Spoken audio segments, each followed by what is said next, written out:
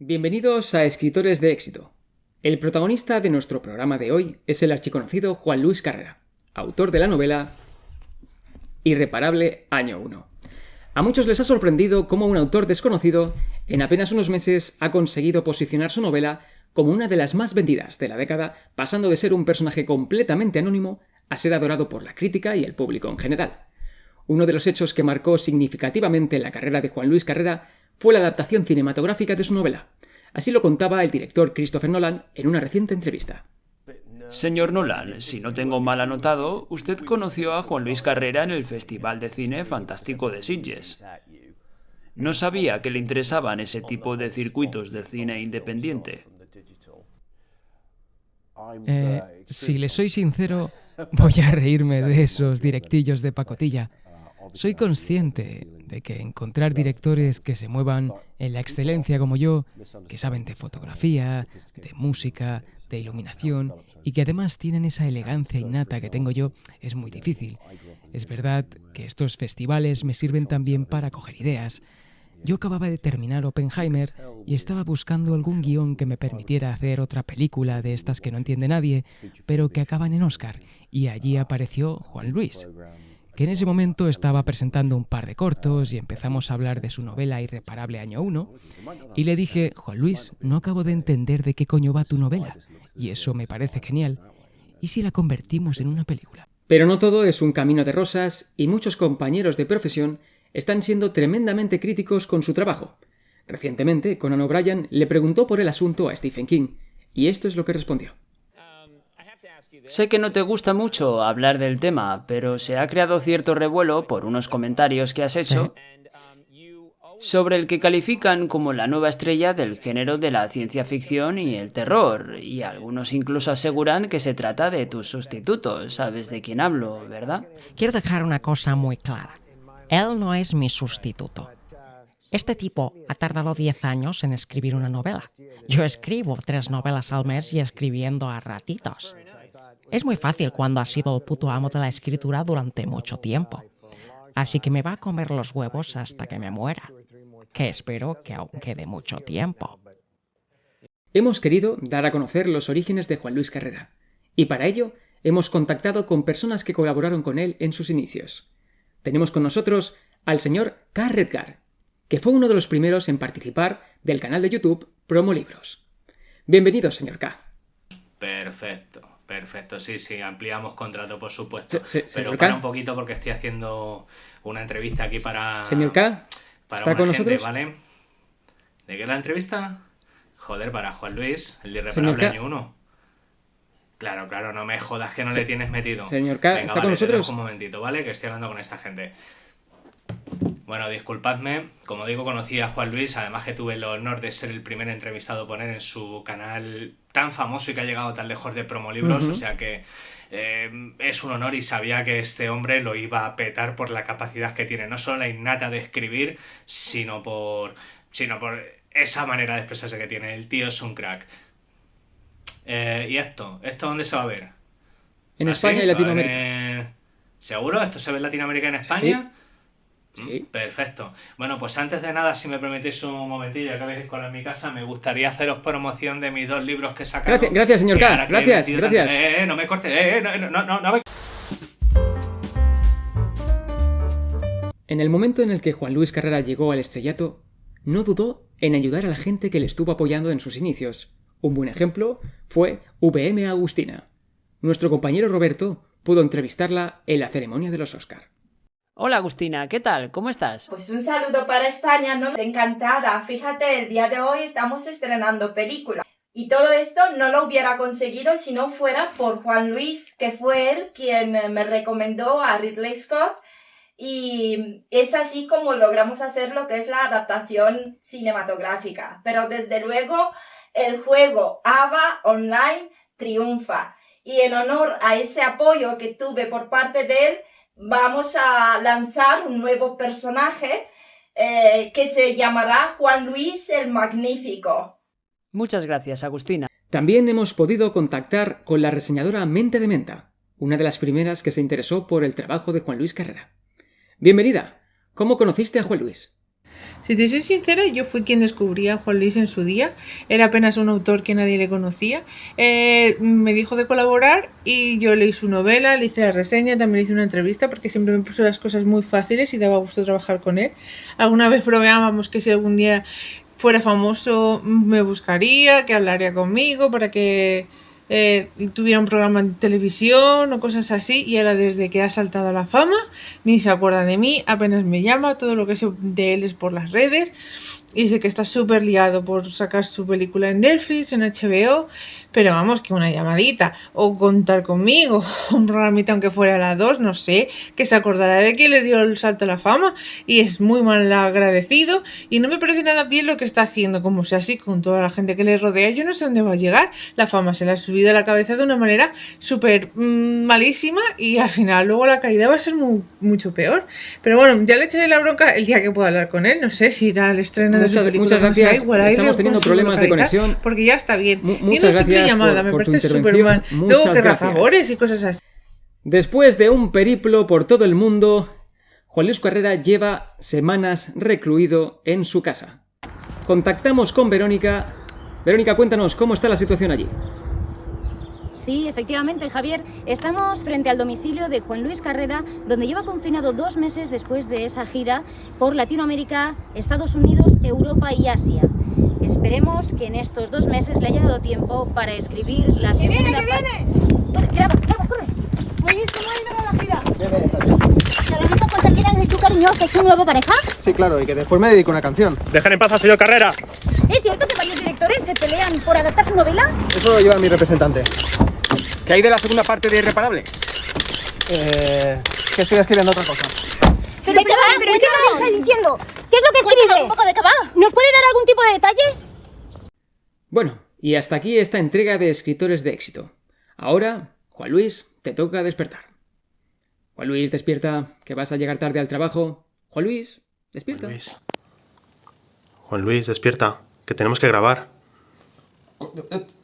¿Richie?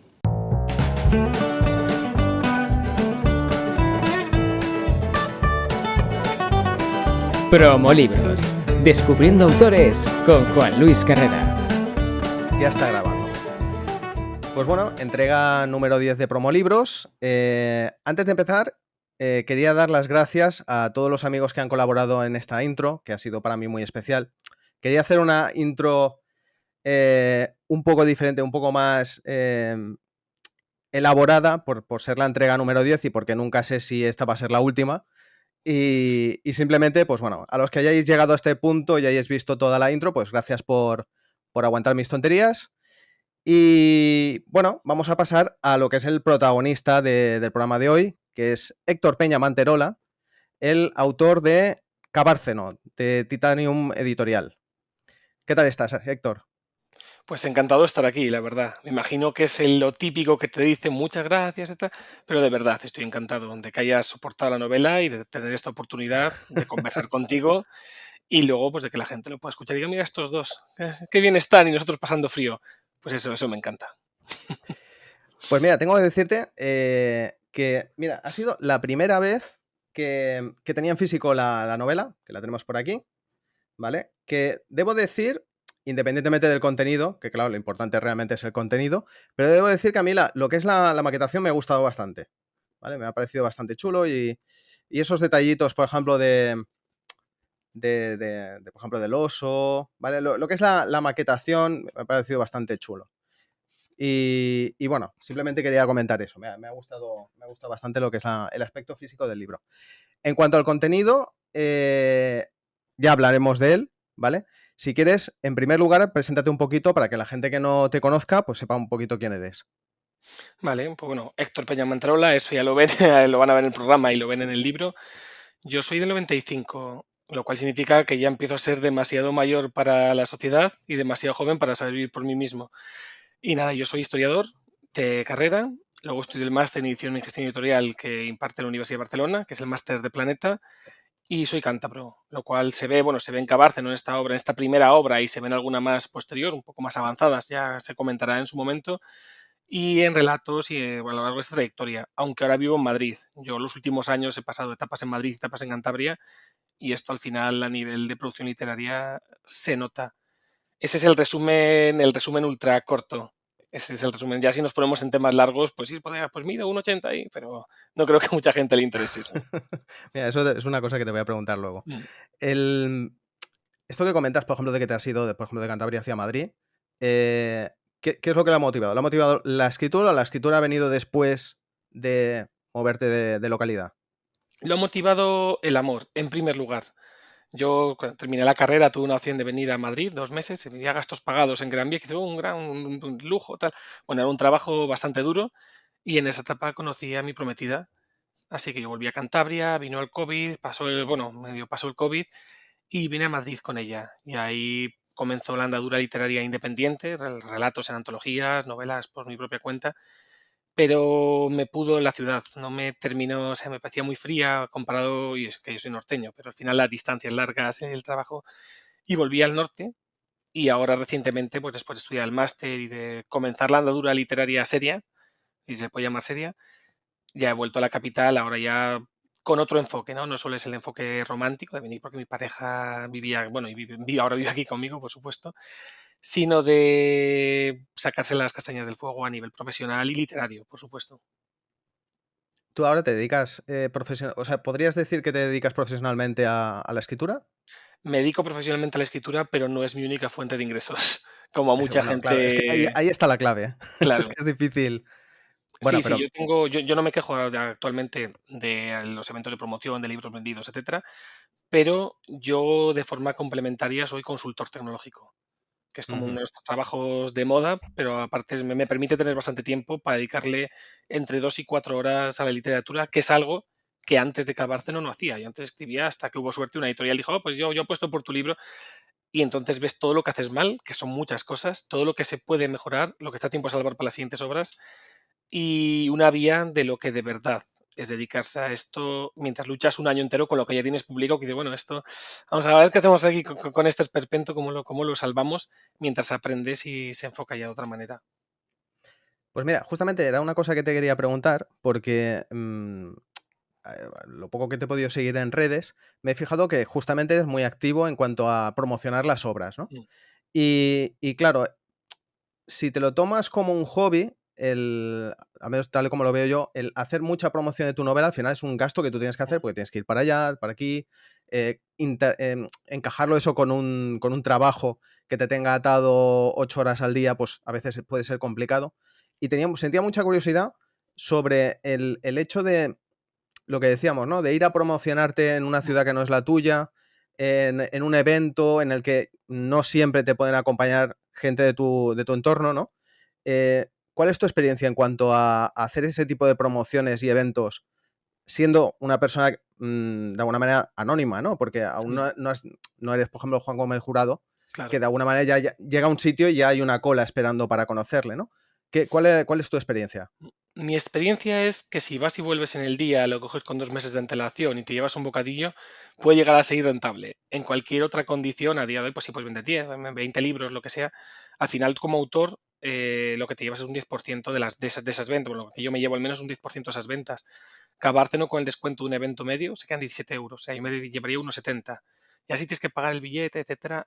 En ese sentido económico no es del todo rentable. Luego sí que es cierto que después haces fotos, subes, la gente te ha visto y hay un recurrente de ventas, pues a través de Casa del Libro, en Paseo, bueno, algunos hay pasivos que no son pasivos, hay un recurrente de ventas en Amazon, en Casa del Libro, etcétera, de gente que te ve y dice, wow, si este tío se mueve a este sitio, toda la gente que ignora cómo es el mercado editorial, dice, o si ha ido a tal sitio y lo han invitado, wow, tiene que ser, y ahí sí que se lo compran.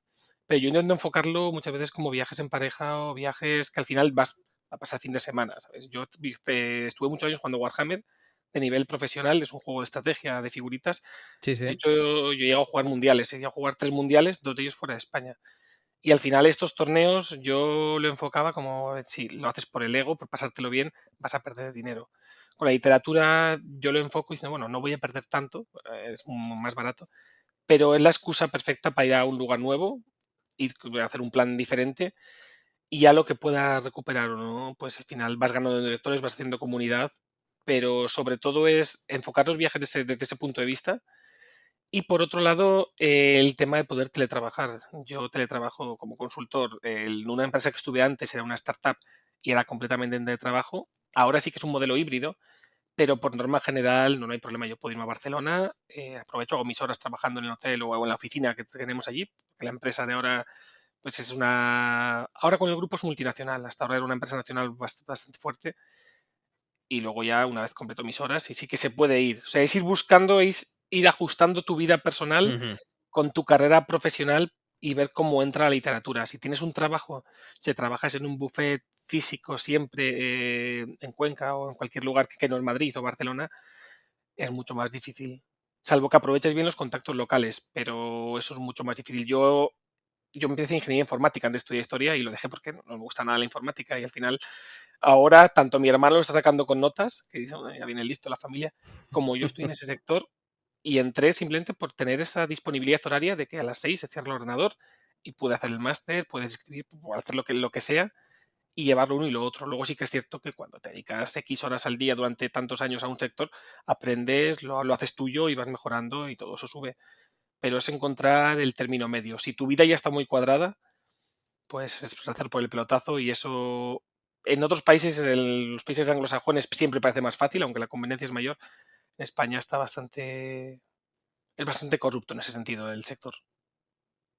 Tenemos un pequeño titular, ¿eh? Sí, lo van a decir, mira, es tan corrupto fuera de las multinacionales. No, pero es... O sea, al final todo es marketing y promoción y tanto Penguin como Planeta como grupos, ellos pagan los espacios en librerías teniendo en cuenta que la Casa Libro creo que era... Bueno, la Casa Libro en Madrid era la sede de una editorial, creo que es Espasa, ahora no me acuerdo, y pertenece al Grupo Planeta. O sea, las novedades, los libros que ellos quieran tener ahí, los que tú ves que dices, guau, es porque se ha pagado eso. Y claro, una editorial independiente, una editorial pequeña, aunque sea tradicional, no lo puede hacer, no puede competir con eso y sus contactos llegan hasta donde llegan. Claro, eso es así. Al final, de alguna manera, los que en algún momento hemos estado en una editorial pequeña, claro, también se tiene que tener claro hasta dónde pueden llegar. Después también habrá editoriales que se mojen más y otras que menos, otras que tengan más contactos, que menos, pero al final son circuitos diferentes, eso está claro.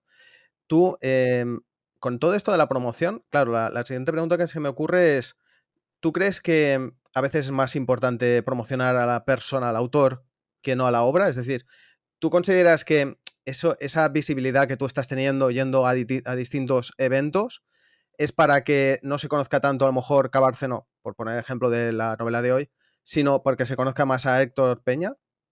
Sí, estoy completamente seguro de ello. Yo creo que lo importante es, tanto de cara al autor, forjar una marca de autor, es decir, esta persona tiene este carácter y trabaja este tipo de obras, que luego a día de hoy yo creo que tenemos tantos estímulos que cambiamos de género continuamente los autores, aunque luego digamos, sí, se le conoce pero no es eso. Yo creo que es tan importante eso como enfocar el marketing de editorial en hacer crecer a una persona. Si una editorial te acompaña y te ayuda a crecer el día de mañana, es probable que seas alguien simplemente por ser pesado, por insistir, por ir más despacio, que hiciste una gran promoción. Si te dedicas solo a promocionar la obra, bueno, la obra es un concepto, es una idea ejecutada de una manera concreta, ya está.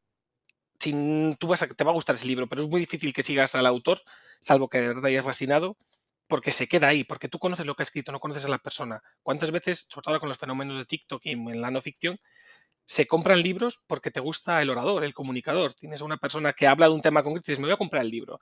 Y te compran los de Marian Rojas, creo que se llama, por ejemplo, y están ahí, no sé, la persona vitamina, y creo que era de ella, bueno, saco dos libros. Sí. Y eso se quedan en la estantería. Igual ni los lees, pero te ha gustado cuando tú te sientas por la noche y dices, pues me gusta cómo habla esta chica o esta señora. Eso es lo que hay que hacer, potenciar la marca de autor para que la gente compre el libro por ser tú. Y si no le gusta el contenido, si no le gusta esta historia, porque no me puede llamar, dice, pero a fulanito que conozco igual sí, y al final un libro es un regalo siempre bueno, vamos, siempre es perfecto. Hombre, yo reconozco que algún libro he llegado porque a lo mejor alguien estaba en un podcast y dices, ostras, este tío tiene cosas interesantes que contar, pues a lo mejor escribe bien. Y a veces sí y a veces no, porque a veces es cierto de que esas personas tienen algo que contar y a lo mejor tienen cierta habilidad para escribir, ¿no? Y al final forma parte de su ecosistema de cosas que hacen, ¿no?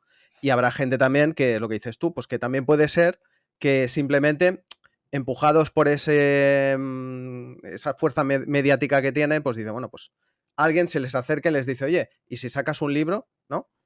Sí, sí, Pero puede haber las dos y eso es cosas, así, ¿no? ¿eh? Eso es así.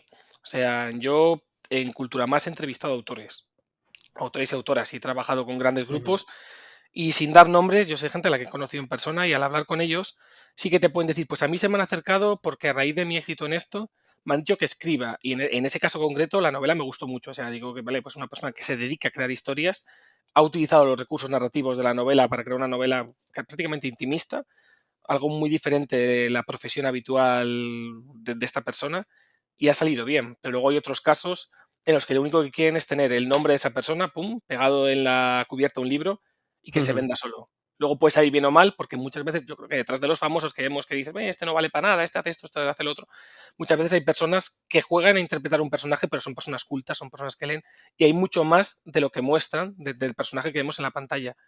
Otras veces no. Sí, sí, es que es así. Claro, nosotros siempre de alguna manera estamos, digamos, en la parte activa, ¿no?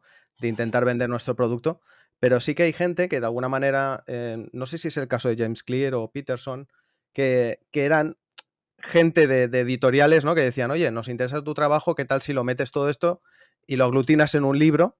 Y al final han sido éxitos y realmente había algo detrás de ello, ¿no? Pero no era el autor el que iba detrás de la idea de hacer un libro, ¿no? Si te parece, antes de seguir, ¿vale? Explica, nada, en 30 segundos de qué va Cabárceno, intentando no hacer ningún spoiler. Vale, Y así de alguna manera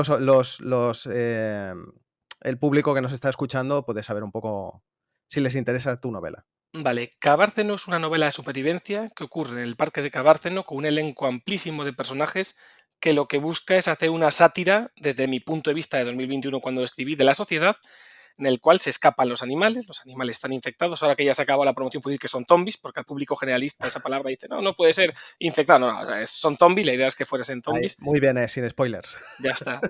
No, bueno, eso ocurre en las primeras 80, 90 páginas, bueno, son animales infectados y tú sigues a uno u otro personaje en su búsqueda de la supervivencia o en su caída, pues analizando un poco las diferentes personalidades humanas. El que cuando tiene la oportunidad te traiciona, el que te da la mano, el que sí, el que no, que es un carácter también yo creo muy, muy a la española. Se utilizó el eslogan de es el parque jurásico, en realidad no, no tiene nada que ver, es un parque en el que pasan cosas. Sí que esa es otra idea que igual si hablamos de proyectos de futuro se podrá mencionar, pero es sobre todo una novela de supervivencia. Tiene más que ver con un Battle Royale que con una novela de ciencia ficción o de otro estilo. Ese es uno de los resúmenes de manual. Que lo has dicho ya como 20 veces, ¿no? Sí, sí, sí, pero bueno, voy cogiendo cosas de aquí y de allá y vamos a crear el Frankenstein y hoy le sacamos el brazo.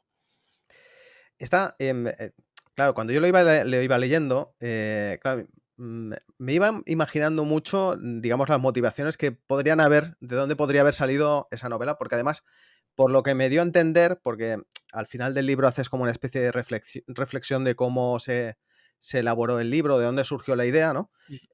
Claro, estabas haciendo referencia al COVID, o sea, que quiero decir que no es una novela que, como me ha pasado a mí, que llevo 10 años escribiendo, sino que tú la has escrito relativamente rápido, ¿no? Y eso, por ejemplo, claro, la idea de alguna manera, lo que tú comentabas, ¿no? La idea base me parecía muy sencilla, ¿vale? Porque al final es una idea bastante sencilla, que al final yo creo que la importancia está en cómo desarrollar una idea muy sencilla, ¿no? Ese germen que, sinceramente, me parecía un poco de sujétame el cubata, ¿no? En plan, a que no hago una novela de esto. Y eso me hizo muchísima gracia, porque al final la idea es muy sencilla, ¿vale? Son animales, zombies, tenemos Ecabárceno, que está aquí en España, ¿no? Es algo que no todo el mundo, pero hay muchísima gente. Yo, por ejemplo, yo he estado en Ecabárceno, ¿no? Y claro, te lo imaginas, ¿no? Y, y, y lo que quiero decir es que lo que tiene el valor, y lo que yo creo que a mí me ha gustado, es el hecho de decir, vale, de esta idea base, vamos a hacer algo que esté bien, que esté interesante y que se pueda desarrollar. Explícame un poquito cómo fue esa elaboración, ese Mm. germen que... Mira, yo cuando comenzó todo esto, yo vivía todavía en Madrid, estaba a punto de volver a mudarme a Cantabria en 2021 y pasé el COVID, estuve enfermo 15 días, escribí una novela ahí donde líos febriles súper rápido, que es con la que conocía al editor, pero al final se quedó con Cabárceno. Y empecé a pensar en esta idea, pues hablando con un amigo, hablando con mi hermano, y dije, a mí además Parque Jurásico me encanta, ¿no? Hablando, he dicho que no lo es, aunque se ha usado como marketing, pero la idea me encanta. Y dije yo, pues, ¿qué puedo hacer que sea un poco rocambolesco, ¿no? Que sea llamativo y que encima tenga esa publicidad gratuita? Porque dice, bueno, ¿yo qué problemas tengo como autor más novel, ¿no? El marketing. Y ojo, pues voy a conseguir que los carteles de la zona hablen gratis. Tú vas con el coche y tú eres, bueno, y siempre digo el tú a la hora de expresarme, pero bueno, que una persona que esté en Cantabria o que lo conozca se acuerde de ello, porque mira, el hijo de fulanita o Héctor, que está de aquí, ha escrito una novela y eso se olvida, porque tú lo vas en coche y ves, de Santander ya hay carteles que tienen un Cabárceno por ahí. Solventaba eso. Y dije, bueno, sería interesante hacerlo, pero claro, eso es algo que ya se ha hecho. Y digo, ¿qué puedo hacer, no? Yo estaba entre que me estaba recuperando una enfermedad, y con una mudanza en ciernes, harto de la capital, pero con deseo de volver a Cantabria. Y dije, es que la vida de adulto es una mierda. A la hora de lo comparas con la vida de niño. No, y yo además, esto ya sí que es un poco más serio. Yo he trabajado en Madrid en el sector del lujo. He trabajado con gente que tiene, y a día de hoy en otro aspecto también, pero con gente que tiene mucho dinero, gente muy poderosa y de una forma muy cercana. Yo al final no dejo de ser un cántabro que ya siempre te sitúa un poco para abajo, pero yo soy una persona de pueblo. Yo vivo a 10 minutos de Santander, pero vivo en un pueblo. Y siempre he visto esa dicotomía del poema de Kipling, de, bueno, trata al rey y al mendigo de la misma manera, ¿no? Claro, una cosa es la idea general de que tenemos los seres humanos cuando tú ves al político en la televisión o ves a la persona que dice, mira, ese hijo de puta, cómo vive, qué tal, nos engaña, no sé qué, o lo contrario, y cuando ves a la gente cercana y a la hora de vivirlo, de experimentarlo de cerca, sí que deja esa cierta desazón porque dices, ¿hasta qué punto llega la falta de escrúpulos a ser necesaria para conseguir X cosas? Y cómo aún así también hay rosas en medio de campos de espinas, de ortigas, de lo que es un campo yermo, ¿no? Con esa idea dije, pues ya sé cuál va a ser el sentido de la novela. O sea, la imagen ya la tenía, animales zombie, muy bonito, tal, pero ese es el atrezo, eso es lo que ocurre, que la novela tenga un ritmo, pues, al final también por circunstancias del escritor de la época, que no es el de ahora, pero quería darle ese sentido satírico de sí, a mí me habéis jodido, por decirlo mal, ¿no? Llega aquí, choca esto, pues no, voy a ir a cuchillo a nivel de sátira. Al final yo creo que el horror y el humor son las dos caras de una misma moneda, se puede equilibrar hacia un lado o hacia otro, y el objetivo era hacer esa parodia, que además vemos mucho en televisión, ya que tenías antes el Cámara Café, ahora está Aquí no hay quien viva, pero con una novela que sí que pueda entrar dentro de lo fantástico por tener esos animales enfermos, zombies, y que fuese entretenida. Ya está, yo lo único que quería era un libro entretenido, no demasiado largo, para vendérselo a una editorial y con ello poder tener ese primer pasito dentro, o sea, colocarte y decir, bueno, Héctor, ya está aquí, ya ha ido a eventos, ¿qué viene ahora? ¿No? Y que la gente te dé o no un voto de confianza para trabajos, voy a decir, más serios, más profundos. Que al final acabar de una novela es una idea muy simple, una novela simple y entretenida. Ya está. O sea, tú das a entender de que, porque por lo que he visto, desde entonces tienes dos obras nuevas, las dos de 2023, o sea, lo cual Sí. parece que es muy prolífico. ¿Quieres decir que, aunque, o sea, que la gente no te tendría que encasillar en Cabárceno? Es decir, estamos ahora ya en otra Sí. tesitura. De hecho, mira, una ya lo tenía preparado, ¿no? Como vas a grabar. Una es esta, es Mimo, es muchísimo más grande. De hecho, la comparas con Cabárceno. Este es Cabárceno, ¿vale? Parece que de la altura, pero no. Es prácticamente el doble de palabras y muchísimos menos personajes. Los capítulos se enfocan de otra manera. Yo escribí estas dos novelas prácticamente a la vez, el primer borrador. ¿Cuál es la diferencia? Que con Cabárceno, entre escribirlo y publicarlo, bueno, publicarlo un poco más, pero entre escribirlo y tener el manuscrito corregido por el editor, pasaron 9 meses. Con Mimo han pasado 3 años. Y esto es por las reescrituras, porque cuando yo comencé a escribir Cabárceno tenía otra idea de la literatura diferente. Yo sí, por supuesto, leía. Yo al final he leído muchos textos de no ficción, había leído mucha fantasía de joven. Pero yo dije, bueno, voy a meter todos los personajes al principio, que sea un poco más lento, ya está un poco de forma graciosa, menos literaria, y luego ir pasando escenas pues, como si estuvieras viendo una serie. Eso es algo que el escritor actual ya no hace, ni tengo, o sea, y también tengo más cuidado con lo que digo, ¿sabes? Yo creo que el humor negro a mí me encanta, me fascina. Mimo sí que lo tiene y es una novela más sangrienta, pero los personajes son mucho más íntimos, el aspecto literario, esa forma que igual es más aburrida para ciertas personas, pero yo creo que representa mejor la literatura. Y creo que esto se debe tanto a una evolución personal, porque igual el concepto detrás de Mimo es violento, es oscuro, porque lo escribí en la misma época, un pequeño, más o menos de forma paralela, pero la propia evolución, lo que es crecer, sí que lo altera y lo modifica. Y el hecho de que yo desde que fui aceptado con Cabárceno, no desde que se publicó, desde que fui aceptado con la novela, la cogió el editor y dijo, pues te vamos a publicar esto, firma aquí. Yo escribo todos los días, llevo 2-3 años que todos los días, pues 2-3 horas también que es a ello, estoy preparando ensayos sobre literatura en base a coger libros, leerlo de forma analítica, libros, porque grandes éxitos, e ir aprendiendo el estilo de autores que han funcionado y adecuándolo al propio. Siempre hay esos toques de humor, pero hay una adjetivación mayor en ciertos sentidos, hay otra forma de entender y trabajar el entorno. Aspectos que si lo hubiera metido en Cabárceno, si lo hubiera reescrito, la novela sería mucho más larga y sería otro tipo de novela, diferente, otro tipo de libro, que no tendría nada que ver, no sería igual tan rápida y tan graciosa de leer. Y podría hablar de lo mismo, pero de otra manera. Pero yo creo que es una progresión, por supuesto, si no lo llamaría cambio. Y creo que en los libros que he seguido trabajando, que están en manos de otros editores, que tan se firma, no se firma con este o con aquel, esto ha llegado a un punto en el que digo, pues se me hace bola, qué pesado, ¿no? ¿Dónde están estas páginas rápidas que de repente te ríes, te echas carrillo? Eso igual ya no está, pero hay otras cosas que entiendo que son más humanas. Bueno, yo creo que es que muchas veces tendemos a pensar de que la primera obra es la buena, ¿no? Porque es la que de alguna manera llevabas tiempo, a lo mejor, como que dices, es que lo he soltado todo aquí. Y yo creo que no. Yo creo que realmente la obra siempre está por llegar. La obra, la definitiva, la que dices, vale, esta es la mejor obra que tuvo ese autor, siempre está hacia adelante. También es Sí. verdad que cuando tienes una obra muy extensa llegará a un punto en el que tendrás subidas y bajadas, ¿no? Pero yo creo que acertar en la primera... Yo, por ejemplo, una de las cosas que me hizo mucha gracia mientras leía tu novela es que había muchos paralelismos con la mía, que también ha sido la primera, ¿no? Como por ejemplo el hecho de que sea tan coral. La mía también está separados, digamos, los personajes están separados, digamos, tienes una historia de un personaje, otra historia de otro personaje. Sí que es verdad que en un momento dado, como pasa en tu novela, los personajes confluyen exacto, en una escena, digamos una escena casi final, ¿no? Pero digamos, ese tono y esa forma de organizar los capítulos, esa visión cinematográfica, ¿no? De decir, ya no solamente describir las cosas pensando en que el lector las entienda, sino que las vea, ¿no? Esas cosas me hizo mucha gracia porque dije, ostras, parece que hay cosas que confluimos, ¿no? Confluimos en esas cosas, ¿no? También quiero comentarte porque... ¿Me permites un inciso? Sí, dime.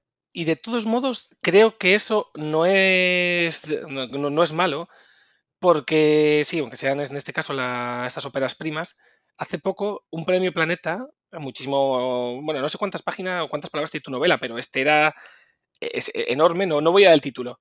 Y empieza igual, o sea, empieza con muchísimos personajes, describiéndoles todos, de tal, que dices, jope, sí, yo meto 20 y tantos personajes, pero al final algunos entran más tarde, te quedas con el detalle porque es un arquetipo, en este caso no eran arquetipos, que va avanzando la trama y dices, joder, son muchísimos, muy parecidos, algunos de una forma de ser o de otra, y ya está, o sea, sabemos lo que es un premio Planeta, pero luego ha habido un montón de lectores, bueno, de lectoras, en este caso creo que eran más lectoras, que lo han disfrutado porque luego cada cual busca un libro una cosa y cuando somos escritores buscamos una perfección o un estilo que igual es objetivamente mejor dentro del objetivo que nulo que puede ser la literatura y sin embargo la gente va a preferir otra cosa y te me voy a disparar en un pie. Ese era el inciso solo. No, es que es así. Al final, bueno, ¿cuántas veces pasa, ¿no? De que te recomiendan una serie, un libro y tal, o simplemente te acercas tú porque todo el mundo está diciendo que es buenísimo, ¿no? Y empiezas y tú dices, pues si esto no hay por dónde cogerlo, a mí no me gusta, tal. Para gustos colores, ¿no? Claro, evidentemente hay productos que positivamente se tiene que decir que tienen una gran aceptación, independientemente si a ti te gustan o no. Pero sí que es verdad que lo que dices tú, ¿no? Que al final hay cosas que en un primer momento a ti te pueden parecer muy buenas ideas y que tú, una vez está hecha la obra y la has dejado reposar, ¿no? Te dices, ostras, pues esto quizá no era tan buena idea, aunque haya gustado, ¿no? Y esto ya no lo quiero utilizar, ¿no? Y a mí, por ejemplo, me ha pasado, yo estoy escribiendo otra novela y evidentemente lo que he hecho es reducir drásticamente la cantidad de personajes. a lo mejor por decir algo, en la otra tenía 20 protagonistas, ¿no? Y a lo mejor en esta tengo 4, pero son 4 que ya le das más tiempo a desarrollarse, ¿no? Porque el otro al final te da tiempo de dar 4 puntaditas para que tengas una idea de, pues, de dónde viene, a dónde va, cuáles son sus motivaciones, si tiene algún trauma, pero no puedes, como Y aquel ya que dice, está. pillarle cariño, ¿no? Sí, es que en este caso yo creo, y es algo más muy de la influencia, yo creo, cinematográfica o audiovisual de de nuestra generación, que superpones la trama a los personajes en sí. Los personajes son ejecutores de una idea global, en este caso, en el caso de Cabárceno es esa liberación de los animales, que se aprovechan cada uno para meter sus 4 comentarios satíricos o su muerte horrible y ya está. Yo, por ejemplo, Mimo he hecho lo mismo. Mimo, me voy a decir que tiene 5 personajes principales, pues 6 como mucho, pero también son 150.000 palabras y se trabaja mucho más en detalle, van chocando entre ellos, no sin necesidad de llegar al final cuando se juntan, algunos salen bien, otros mal, y uno de ellos es el villano que tiene punto de vista. Primero de forma, la forma, vamos a decirlo, Drácula, ¿no? Que es cuando le ves a través de ojos de otros personajes, o está ahí, pero no está ahí, ves los efectos de su presencia, y luego de una forma clara, con punto de vista, en el cual dices, "Joder, que este tío está pirado, ¿no? Esto que hay aquí, ¿no?". Y el escritor que lo ha hecho, peor todavía. Pero hay gente que prefiere lo otro, que dice, no, yo quiero coger la trama, y hasta lo único que importa es la trama, me he comprado tu libro por la trama, y a ver cómo lo haces, pero que sea más rápido.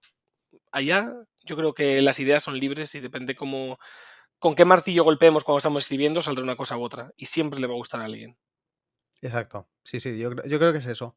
Puede ser que aciertes más o menos, pero yo creo que siempre habrá alguien que diga, ostras, este libro me encanta. Em, me da la sensación de que tú eres bastante fan de Stephen King, ¿me equivoco? No, soy fan de corazón, vamos, de hecho el ensayo primero que estoy trabajando es sobre él, ahora estoy con It, que digo, joder, como se me caiga encima de un pie, pues no me hace falta dispararme.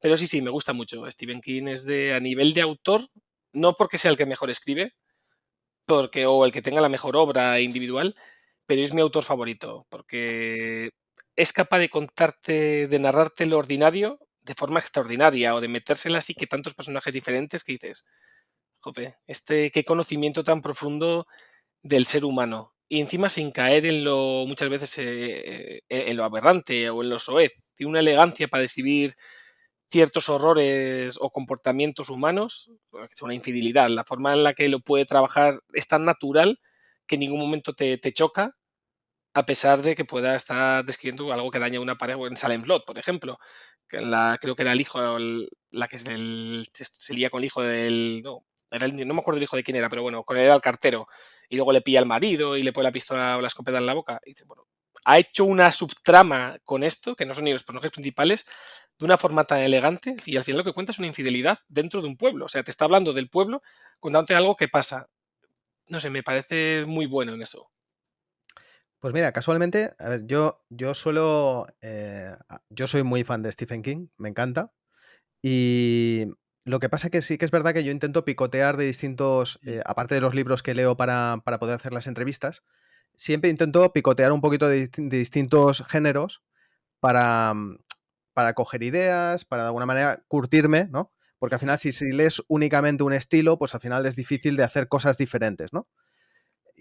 Pero siempre acabo volviendo a Stephen King, ¿no? Siempre, cada X tiempo, venga, vamos a volver a Es un Stephen King, lugar ¿no? seguro, sí. Exacto, porque es algo que independientemente del que coja, sé que me va a gustar. Mm.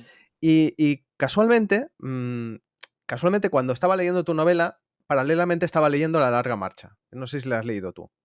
Sé cuál es, sé de qué va, pero no lo he leído. Y es de los pocos, ¿eh? Pero no lo he leído. Y también te voy a confesar una cosa, no me he leído La Torre Oscura. Me les he comprado todos hace poco, pero no me lo he leído. Ya podemos, esto lo Yo lo puedes tengo cortar. pendiente, lo tengo Sí. pendiente yo también. Sí. Sí, porque además, cuando me quiero acercar, digo, es que van a ser muchos, ¿no? Entonces te quita el decir lo que decíamos antes, ¿no? Picotear. Porque yo si me meto, quiero empezar y acabar, Claro. ¿no? Y eso que el primero, yo sí que estuve tonteando con el primero en digital hace tiempo. Tenía más tiempo, o sea, tenía menos libros de bolsillo a mano y más tiempo en transporte público. Se lee más o menos solo, pero dices, muy bien, vale, son 200 pocas páginas. Pero una vez que acabas, te esperan 4.000, más el Claro, cuento que sale, todo es claro, es que es eventual, creo eso. que ya son 14 relatos, y dices, no me voy a leer un relato solo, me leo los 14, es otro libro más, y el trenecito, el Más, que está en más, inglés. más cómics. Más También más hay los cómics. cómics. Sí, sí, sí. O sea, hay Sí, sí. muchísimo material. Muchísimo material. Pues estaba leyendo La larga marcha, que para los que no lo sepan, justamente lo que me hacía mucha gracia relacionado con tu obra es que también la idea primordial es muy sencilla, que es una especie como de competición en el que 99 chavales menores de edad tienen que estar andando por una carretera sin parar, a menos no pueden bajar de cierta velocidad, no pueden parar y tal. Y evidentemente el que para o les dan ciertos avisos y cuando esos avisos ya se han cumplido, se los cargan, ¿vale? Entonces, claro, yo me acerqué a la obra porque decía, ¿cómo puede ser que rellenes tantas páginas con una idea tan sencilla de gente que va andando porque no pueden hacer otra cosa? Entonces, buscando paralelismos, lo que te decía, al final parten de una idea muy sencilla como la tuya, pero lo complicado está en el desarrollo. Y realmente, lo que comentábamos, ¿no? Stephen King tiene la habilidad de una idea que parece que va a ser un rollo, tenerte enganchado. Yo me tenía enganchadísimo el libro. Y realmente al final tampoco es que pasen muchas cosas, porque hay mucha conversación entre los personajes se van desflorando y se van... Personajes que eran muy duros, después se demuestra que no lo son tanto. Personajes que parecían de que iban a caer a los primeros porque son más débiles y consiguen levantarse. Y realmente esa habilidad para poder desarrollar esa historia sencilla, yo creo que es un aliciente, ¿no? Para Bueno, poder coger una hizo obra de algo ese estilo. parecido en Rabia, aunque creo que Rabia es un poquito más corto. No sé si leíste Rabia. Rabia no la he leído. Pues, ¿sabes de qué va? Para no hacer Sí, tampoco sí, sí. spoiler. Sí, sí, Vale. sí, sí.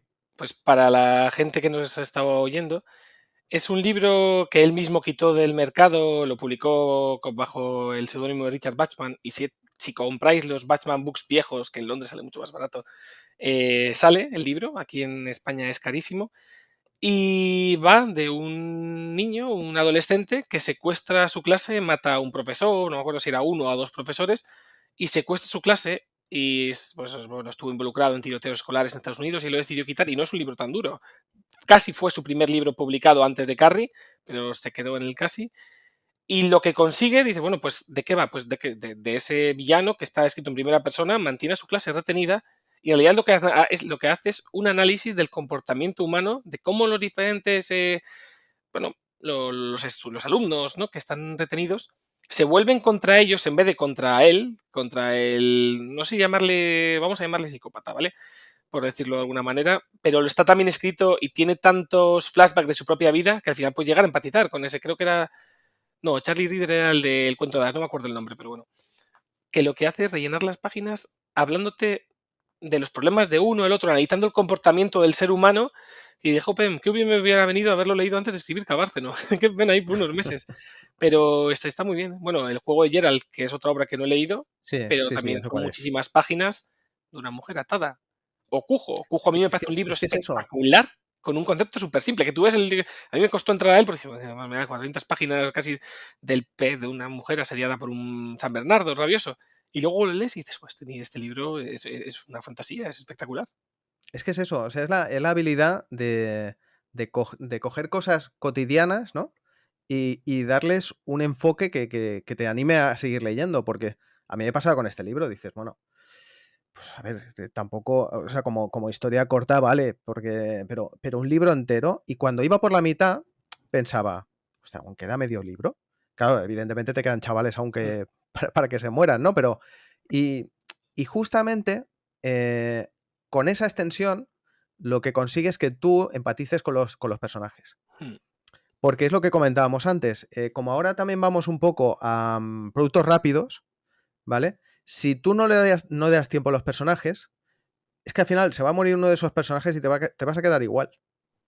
Y eso es lo peor que puede pasar, ¿no? O sea, si tú coges un personaje y lo matas esperando que el lector pues se lleve las manos a la cabeza y en cambio dice, pues, y sigue, tú ahí lo has hecho mal. Pero eso, claro, no lo puedes hacer con un relato de 10 páginas porque no le has dado tiempo al lector para que le coja cariño, ¿no?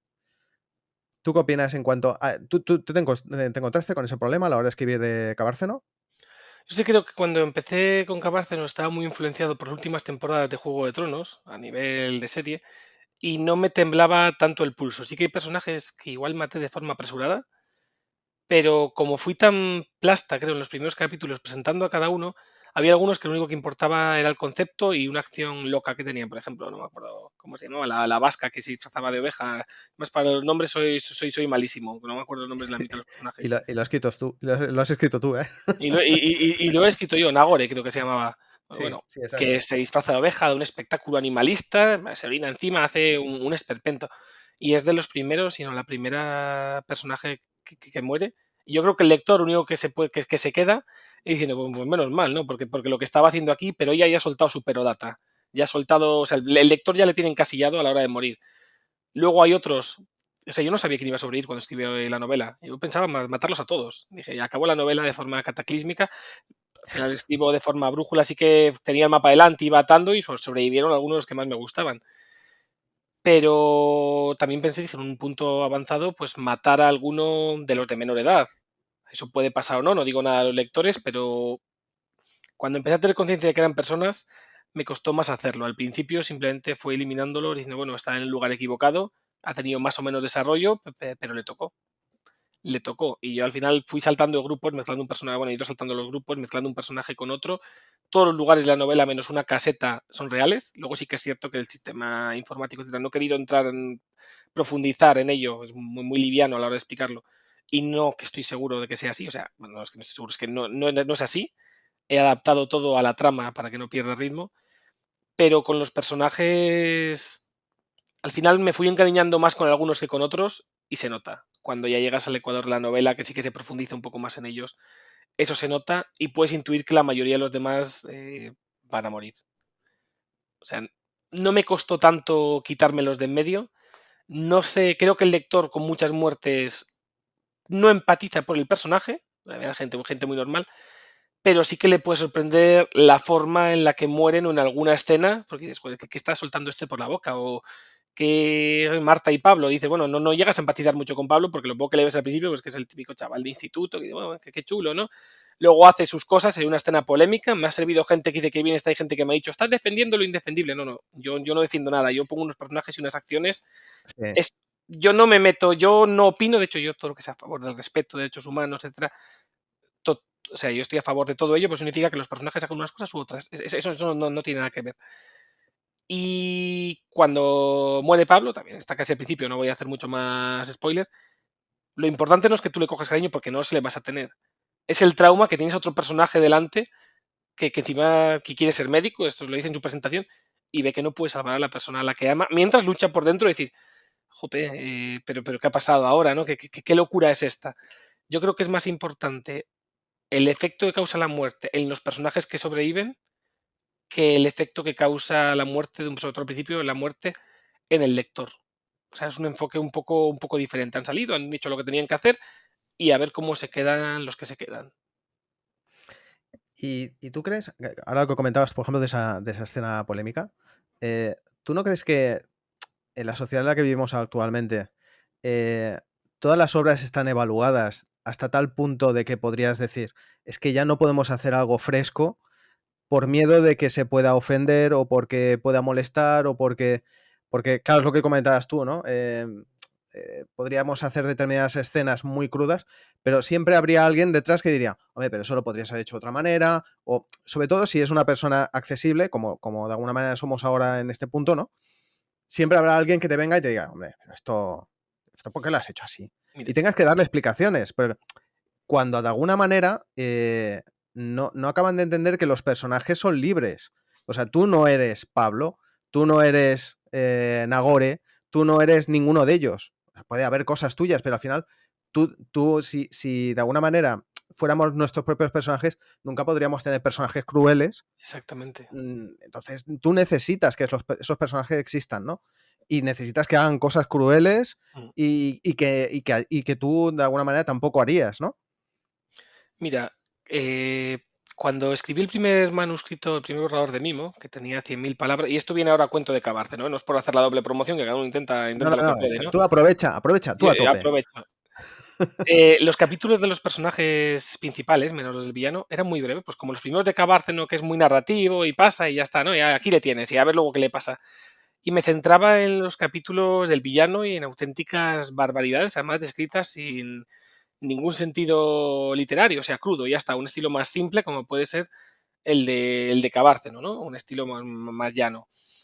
En las reescrituras, la novela engorda 50.000 palabras solo a base de trabajar a los personajes y de reducir un poco la simpleza de esas escenas, porque puedes narrar una violación desde una forma mucho más literaria o a raíz de un trauma recurrente que cada 5 párrafos vuelve y la gente lo va a odiar igual. A mí con Cabárceno, o sea, la otra novela mismo es muchísimo peor, es muchísimo más bestia. Yo espero que nadie se ofenda, pero si alguien, y ahora viene la anécdota, se ha ofendido con Cabárceno y se lee Mimo, pues que se joda, porque ya lo acabo de decir y que se lo espere. Es muy triste, pero yo creo que en la literatura tiene que haber de todo. Y cuando intentas representar, al final todas las historias van de personajes, da igual que hables de robots, que hables de hombres babos, al final van de personajes similares hasta cierto punto a los seres humanos. Y el mundo es muy cruel. Tienes la televisión y ves, bueno, actualmente los conflictos, pues ves gente desmembrada, ves violaciones, todos los días además ocurren cosas horribles, unas atrocidades innombrables y existen. Yo como escritor, depende de lo que quiera contar, pero cuando quiero escribir una novela para adultos o para un público joven adulto, algo en lo que entra Mimo es más adulto, para un público más adulto que Cabárceno, yo creo, no puedo omitir que existen ciertas formas de hablar que son soeces, que existen ciertos actos crueles y que existe cierto oportunismo, porque estaría mintiéndome primero a mí mismo y después a los lectores, porque todo el mundo hay situaciones en las que dice este personaje va a actuar mal porque es malo, y si no lo ve que lo hace, esa situación no se debería de dar. Por supuesto, se puede contar otro tipo de historia que evite llegar a situaciones o esas situaciones ocultarlas, pero cuando yo busco generar un sentimiento de rechazo por una acción, tengo que hacerlo de alguna manera. Y a mí me ha pasado con esa escena en concreto, porque yo creo que hay dos escenas que son muy polémicas, que es esa y la de que a cierto personaje le cortan el brazo y trata a su mujer de una manera y en lo que desemboca eso, ¿no? A mí me ha pasado, por ejemplo, un lector, un chico, y voy a decir su orientación sexual porque viene a cuento de cara a otros temas de la novela, ¿vale? Un chico que es homosexual. Me ha dicho, me encanta cómo está desde el punto de vista de Marta porque lo sufre, ve cómo lo pasa y lo describes que es algo vejatorio que ocurre a muchas chicas y tú le das voz. Y es verdad, esos casos que cuento a mí no me ha pasado, pero todos hemos crecido, vemos a compañeros de instituto, son casos que en cierta manera están influenciados por gente real. Uno u otro que ves. Yo conozco más de una chica de cuando tenía 16, 17 años que te llegaban y dicen, pues lo he hecho con mi novio, en este caso generalmente eran más mayores, pero no estaba segura, me arrepiento, no me arrepiento, o estaba borracha. Y dices, joder, eso no debería pasar. Ninguna chica debería de pasar por eso, ¿no? Pero ocurre. Y yo lo que he hecho es coger una escena real y mostrarla y a raíz de eso construir o intentar arreglarlo, ¿no? Y que el lector pueda decir, pues joder, qué hijo puta el Pablo, y entonces igual no hacerlo o evitar que lo haga una persona que él conoce o decirle está mal. O sea, esta labor educativa que ningún escritor debería tener, pero que da que pensar. Al igual que esta persona me dijo esto, y hay otro personaje en la novela que, por ejemplo, pues sí que es homosexual y no es precisamente, no hay ni buenos ni malos, pero en caso de hacerse diferencia, yo le inclinaría más hacia el otro lado. No me hizo ninguna crítica. Y pues está el homosexual y es malvado, pues que te lo pueden decir a día de hoy, ¿no? ¿Por qué le pones y que no sea el bueno? Yo he repartido a diestro y siniestro, izquierda y derecha, a todo. He tirado para todos los lados, menos hacia las personas pues, que les tocó sobrevivir y que generalmente eran las de carácter más noble. Una mujer, en el caso de esa misma escena, lo mencionó, además, no voy a dar nombres porque no me acuerdo, pero es algo que me llegó de oídas, oye, he visto este vídeo y tal, atacando muchísimo, atacándome a mí como escritor, porque dice que yo defendía eso, que ha pasado eso, que tal. Bueno, disculpe, entonces, que George Martin en Juego de Tronos que ha hecho atrocidades muchísimo peores, o King cuando comenta ciertas cosas, etcétera. Dices, ¿qué pasa? Tienes que defender algo para mostrarlo, ¿no? Estaría mal si yo cojo mi personaje principal, se dedica a hacer eso en todas las escenas o cosas peores, y sobrevive y lo escribe de una manera moralizante, ensalzándolo, diciendo esto es lo bueno, porque puedes hacerlo y que el personaje muera y que tenga ese otro mensaje, ¿no? En ese caso, pues dice, pues sí, mira, pues yo soy una mala persona y he hecho X. Pero yo creo que cuando escribimos y nos exponemos y encima empezamos a llegar a un número, porque yo al final con Cabárceno llego a más gente de la que esperaba y a menos de la que desearía, porque no soy millonario. Pero siempre va a haber gente que por sus circunstancias personales, por sus vivencias, por las vivencias de un conocido, por sí misma, va a extrapolar su mundo, su realidad, o la que ha sido su realidad, o tiene miedo que sea, a lo que le rodea, y en este caso puede ser una obra literaria, y convertir sus demonios en la persona que ha escrito ese libro. En realidad, yo creo que una persona que critica de esa manera no te critica, te critica algo que le ha ocurrido a ella, o que teme que le ocurra, o que su ideal es tan fuerte que cualquiera que diga lo contrario, aunque sepa que lo hace un personaje y no esa persona, va a ir contra él y lo único que puedo hacer es compadecerme. Porque si una persona no es capaz de disfrutar hasta cierto punto de un libro o de odiarlo por el libro en sí, sin atacar al autor por decirlo, pues va a haber muchas obras o muchos productos artísticos, culturales, llámalo X, que no van a ser accesibles y que igual por eso se va a perder algo que le puede gustar. Solo sabiendo hacer una fácil diferenciación. Es que yo creo que al final, si no es una obra adoctrinadora, o sea, no tienes que relacionar el autor con la obra. Porque es lo que decías tú, no creo que a Stephen King le guste matar niños. Y en It Por ejemplo.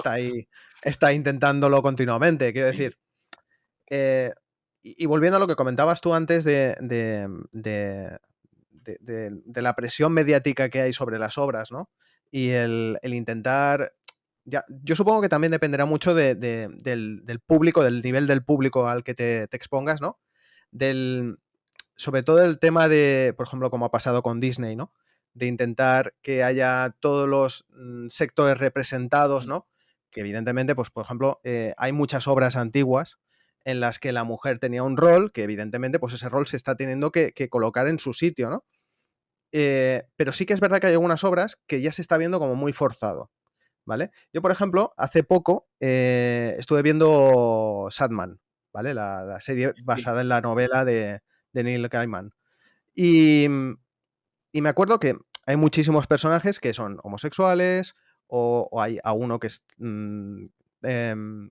homosexual. Bueno, básicamente todos del entorno queer, ¿vale? Y me acuerdo que leí en una entrevista de que la gente se había quejado mucho de por qué se habían metido tantos personajes así. Y él lo decía, pues con toda la naturalidad del mundo, porque era su mundo. O sea, él tenía muchos amigos que eran o lesbianas, homosexuales, o eran de todo ese entorno, y entonces él dice, es que para mí no es raro que estén en esa novela, porque yo quiero que estén representados, ¿no? Entonces, yo no veo, por ejemplo, mal de que se coja un extracto de todas las orientaciones, de todas las razas, siempre y cuando el autor lo quiera.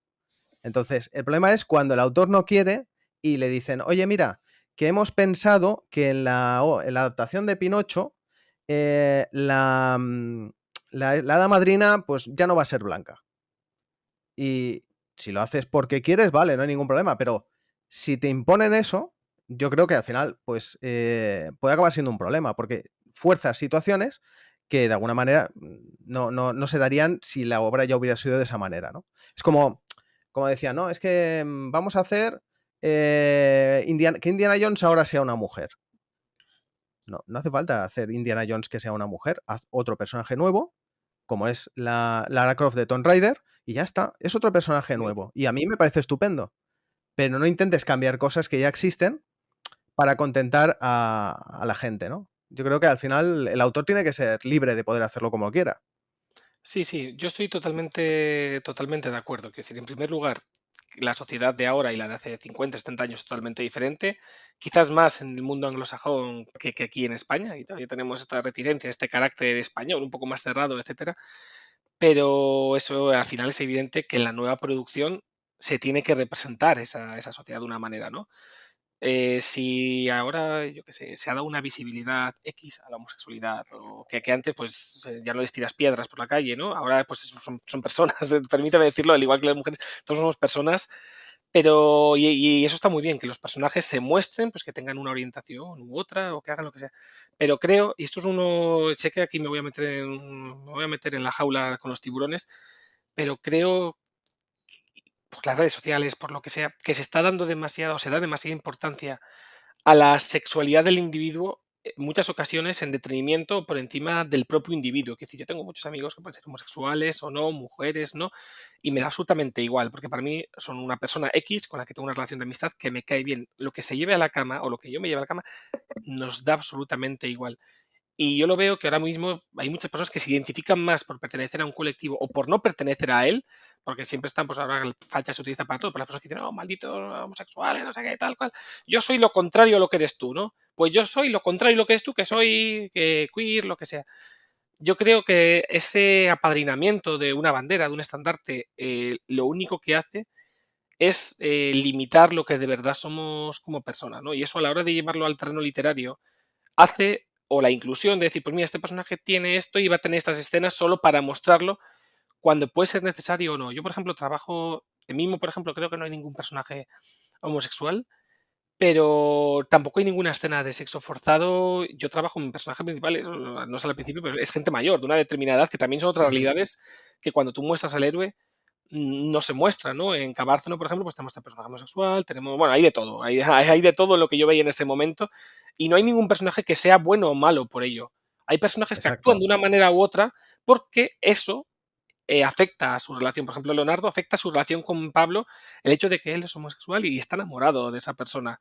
¿Qué es? ¿Por ser homosexual? No, si no fuera homosexual estaría enamorado igual de Marta. O sea, solo hace que esté relacionado con esa persona, que hay una línea cuando haces el mapa de los personajes y que cuando se entera de ciertas cosas actúe de otra manera. Al igual que un personaje que puede ser animalista, actúe de una manera concreta en una situación determinada, nada más. No hay que enseñar de más, no hay que adoctrinar, no hay que hacer nada, simplemente tú diseñas un personaje y diseñas su carácter y si las situaciones a las que se enfrente va a ser importante un dato, lo sacas a relucir y dices que actúe por ello. Si no va a ser importante, da absolutamente igual. Quiero decir, todos comemos, vamos al baño y hacemos nuestras necesidades biológicas o las satisfacemos de la manera en la que mejor podemos o la que mejor nos dejan. El problema viene cuando lo cambias por cambiar. A mí, por ejemplo, me viene y me dice, oye, mira, Dani o Hugh, que es un personaje de Nimo muy importante, pues va a ser negro, va a representar un personaje árabe o lo que tú quieras, ¿no? Igual, pues me da igual, porque no afecta a su trama. ¿Lo quieres hacer sin que afecte a su trama? Solo pone otro actor. En este caso me da absolutamente igual. Pero quieres hacerlo y que tenga su alegato final en el cual hable de esto, y te digo, perdona, esa no es mi obra, eso es otra cosa. Porque si yo quisiera haber hecho eso, lo he hecho. Yo ahora tengo dos novelas entre manos. Una novela muy larga, escribí el primer borrador y lo estoy reescribiendo porque la voy a dividir en tres, que se titula El margen, y es una novela de terror, misterio en los valles pasiegos. Hay un personaje que es homosexual, un personaje que a lo largo de la obra tiene un arco de redención. ¿Por qué? Por ser homosexual. Porque dices, bueno, haces el paralelismo con esta obra. No, no tiene nada que ver, pero es porque yo quiero tratar el cómo en las zonas rurales, aún a día de hoy, se puede tratar, sobre todo con una alta influencia religiosa que tiene la novela, se puede tratar a una persona por ello y cómo esa misma persona se sugestiona y actúa, en este caso, a la hora de traicionar a otros personajes, pero no porque lo sea, sino el hecho de serlo hace que influencias externas le toquen de una manera. O en otra novela, que esto está terminado ya el tercer borrador y esto ya ver, bueno, habrá que ver cómo se publica, la hija del protagonista, que es a su vez coprotagonista, una niña de 15 años, feminista, antiespecista, creo que es el término, o siempre venía un poco con el anti y el especismo, es que al final son tantos términos para designar un dato, y es lesbiana, y ella tiene una novia un poco más mayor, y es un personaje estupendo, y es un personaje principal, y me lo pasé genial, y creo que roba el protagonismo a su padre, que era el que yo quería que fue el personaje principal de la novela, y en su caso estos temas se tratan también desde el punto de vista de cómo una persona más tradicional, como pues el padre, se enfrenta al nuevo mundo, al cambio en la sociedad, y eso lo representa ese otro personaje. Un personaje pues, que son también 153.000 palabras y muchas son de él. ¿En qué afecta que lo sea? Pues afecta en que está relacionado con un personaje u otro y esto te da elementos para jugar en la trama. Pues que vas a pedir ayuda a un colectivo feminista, por ejemplo, en vez de a la Guardia Civil. O que el padre lo ve de una manera y puede tener actuar de esta forma y eso le lleva a ir a otro lugar concreto donde le ocurre pues la escena del tío con la pistola, ¿no? Que le ocurre un giro de guión ahí porque ha ido por ese motivo. Nada más. Si lo hubiera metido con calzador, hubiera soltado 3 o 4 párrafos diciendo es homosexual, lesbiana, feminista, tal, y no hubiera tenido más sentido. Solo es para que la persona que se compre el libro lo lea y diga, pues hay representación.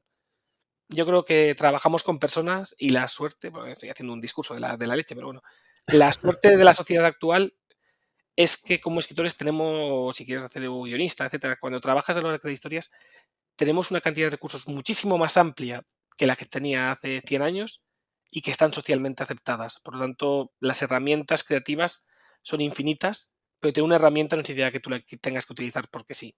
Simplemente que la tienes y que está ahí para cuando la necesites. Fin. Que al final Sí, sí, Estoy de acuerdo contigo. O sea, al final veo favorable el que haya representación de todos los estratos sociales, de todas las razas y tal, pero no por ello obligar a que de alguna manera se tenga que meter una escena cuando tú positivamente sabes de que se va a ver de que no, eso no cuadra ahí, ¿no? Yo, por ejemplo, ahora me había venido a la cabeza. ¿Tú has leído Dune? Sí, lo he leído. Me parece un libro. A mí me gusta mucho Dune. A mí me encantó. Hasta la 2, a la 3 ya el final precipitado. Sí, la tercera ya me empezó a costar un poquito más. La primera me flipó. O sea, el primer tomo me encantó. Pero hay una cosa que me sorprendió cuando vi la película, y es que el personaje de Lee Kynes le habían cambiado la raza y le habían cambiado el sexo. O sea, de repente, en teoría en el libro, si no recuerdo mal, era un hombre blanco, y en el libro era una mujer negra. Y a mí no me ofendió, pero dije, ¿pero por qué? Claro, o sea, no entendía por qué ese cambio, ¿no? Si es por dar más representación a las mujeres de raza negra, pues vale. Pero es lo que comentábamos antes, ¿no? ¿Por qué necesitas cambiar un personaje? Claro. Eso también ha pasado en más obras, porque no hay que ir más lejos a la película de Batman. Gordon y Catwoman de repente son de raza negra, cuando siempre han sido blancos. Sí que es verdad que mucha gente que lo justifica dice, no, es que, claro, si tú vas a coger personajes que se crearon en los años 50, por decir algo, ¿cómo eran? Pues casi siempre eran blancos. Vale, eso te lo compro. Pero igualmente lo que decíamos antes, pues bueno, pues crea personajes nuevos y les das la raza que tú quieras y la orientación y lo que tú quieras, ¿no? Pero al final, que tenga... Yo, por ejemplo, en mis obras también tengo personajes, por ejemplo, homosexuales, tengo de distintas razas, y siempre, de alguna manera, vienen motivados por lo que decías tú, ¿no?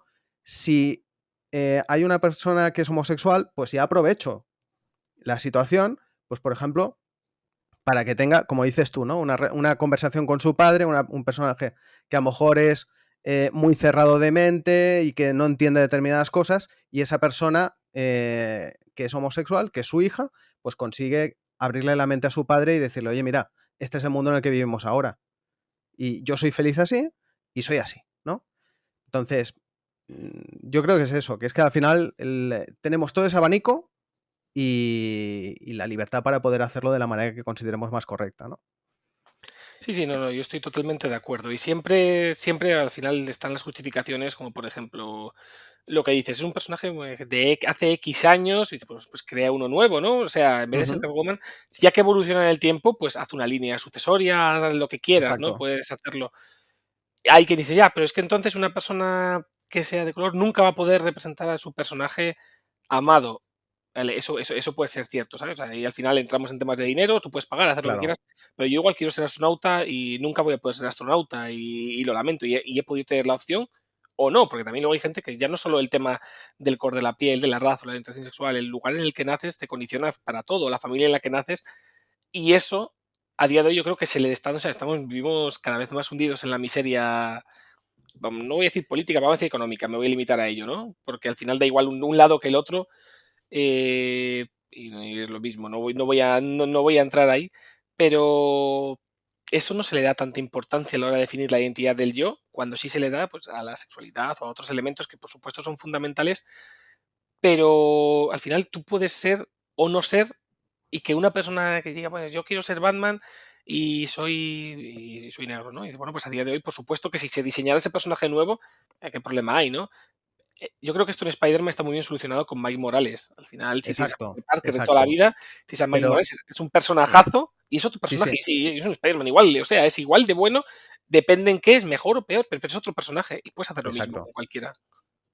Sí, es justa. Mira, lo has clavado con ese ejemplo, porque a mí personalmente Miles Morales me gusta muchísimo, pero es otro personaje. O sea, y puedes jugar con un lienzo en blanco. Y no tienes que decir, no, es que Peter Parker es.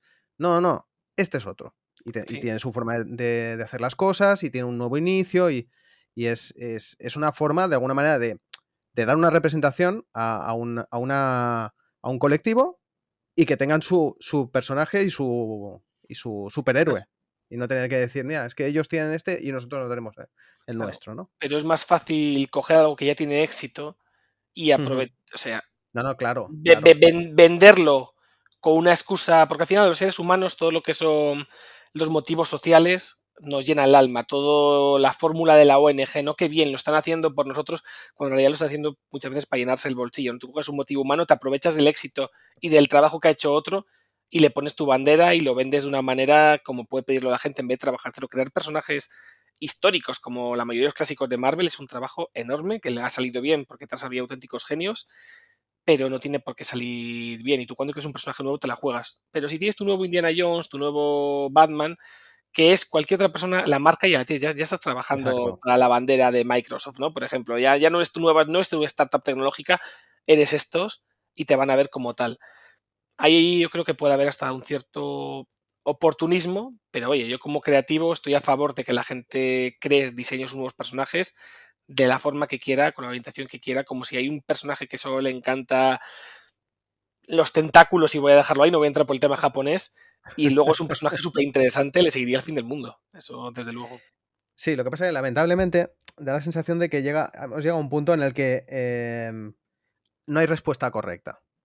O sea, si tú dices, no, es que no voy a poner a nadie de este colectivo, mal. Si pones a gente de ese colectivo, también habrá alguien que te diga mal, porque lo has hecho porque te han obligado, ¿no? O sea, parece como que hagas lo que hagas, siempre va a haber alguien que no le siente bien.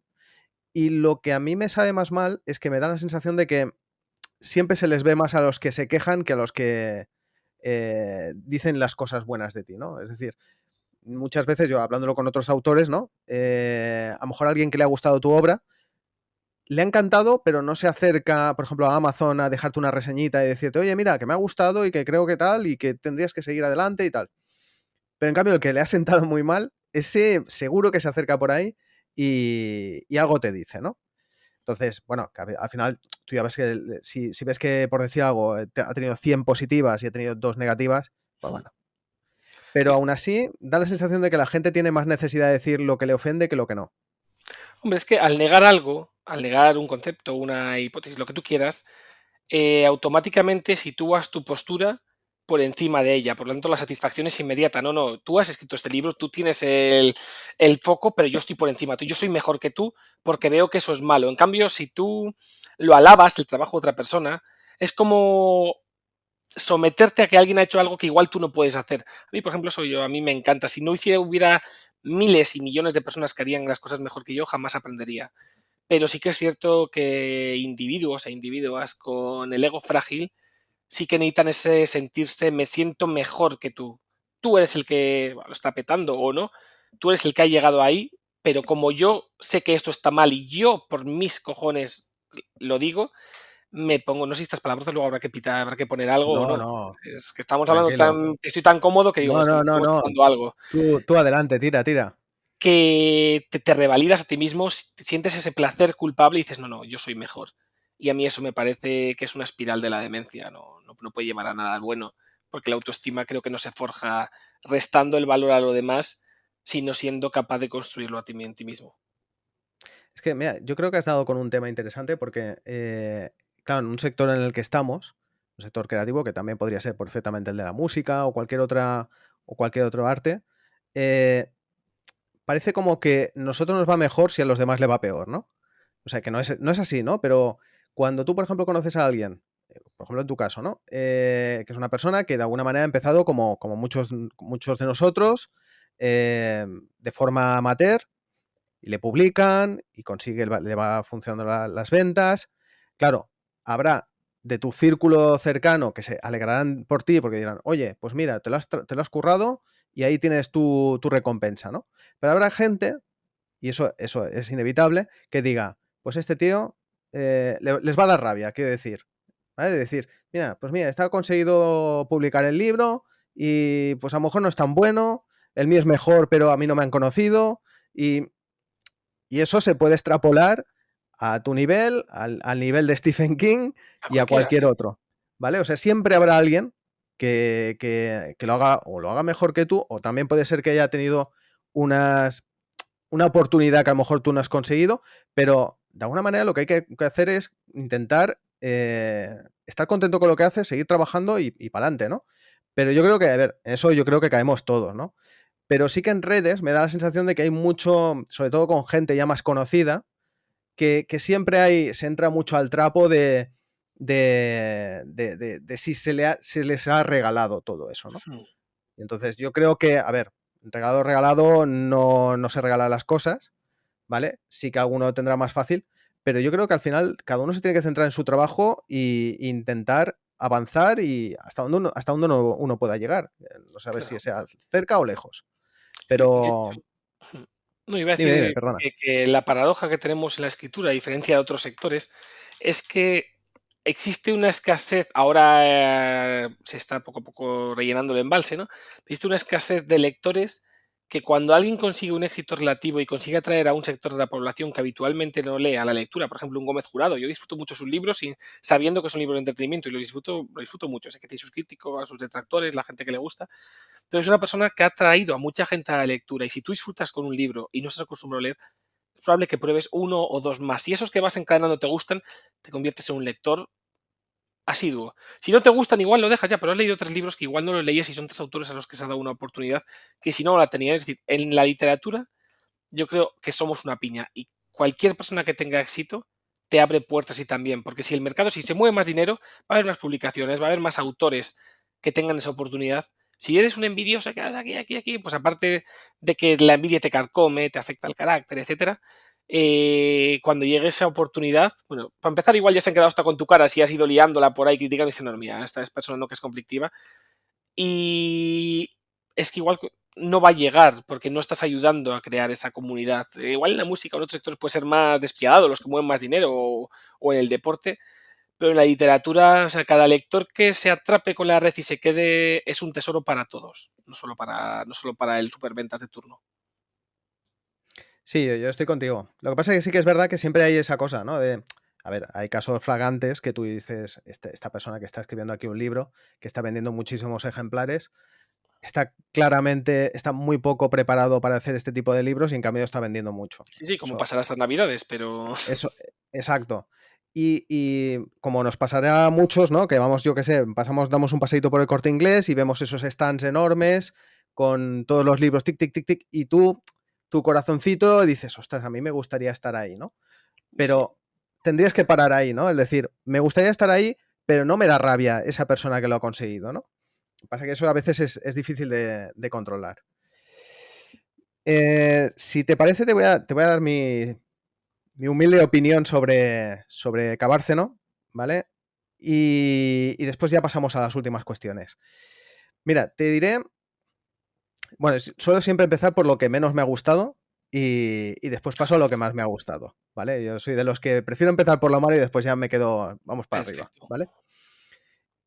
No sé si me darás la razón, porque al final son mi propia percepción, ¿eh? O sea, que eso es lo que decíamos antes, cada uno tiene su propia percepción, puede ser acertada o errónea. Mi percepción fue que al principio de la obra, fundamentalmente el narrador me parecía un poco impostado. ¿Sabes? Como que no acaba de pillarle el punto a la forma de narrar o sea, la forma de hablar del narrador, ¿no? Pero es una cosa que a medida que va pasando el libro, yo creo, a mí al menos, o puede ser que yo me habituara al libro, o puede ser que el propio narrador fuera cambiando la forma de narrar la historia. Porque al principio, también es verdad que la primera parte del libro, tú es donde presentas los personajes, que es digamos, como un peaje que tenemos que pasar todos al principio cuando quieres establecer cuáles son todos los personajes de la obra, ¿no? Que hay una cosa, por ejemplo, que me parecía muy, muy curiosa, era la fijación con el tema de la altura, que no sé si tiene alguna explicación, que además has hecho una referencia al principio de la entrevista.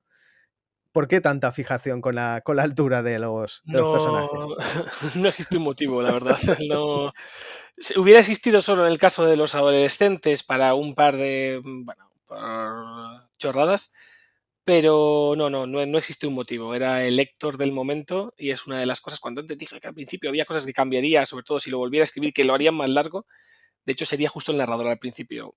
Yo creo que al mitad de la novela, cuando ya se convierte en un narrador de thriller puro, pasa esto y pasa esto, es mucho mejor, pero al principio es pesado. O sea, es pesado porque menciona muchos personajes, lo hace con un estilo humor que a veces funciona y a veces no.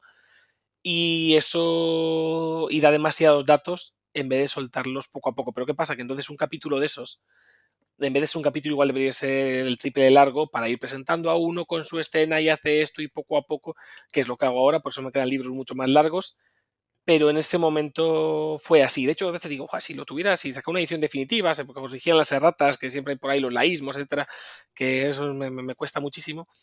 Lo cambiaría, digo, debería cambiarlo, pero es que la historia se concibió de una manera y sería hacerme trampas ahí mismo. Pero no, en esto primero el narrador yo te doy la razón.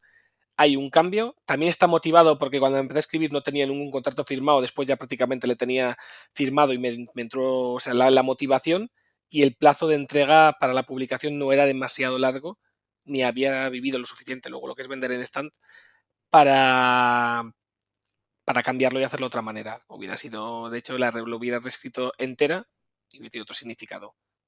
Y te Pero, dejo continuar.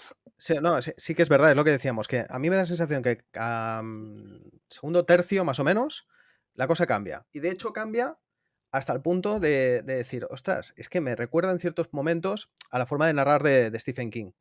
Porque Stephen King tiene una cosa que a mí me gusta mucho, que es que no es como si fuera siempre un narrador omnisciente que lo mira desde arriba y dice, pues este personaje está haciendo esto, otro, sino que le gusta mucho mezclar digamos, los pensamientos de los personajes con la propia narración, ¿no?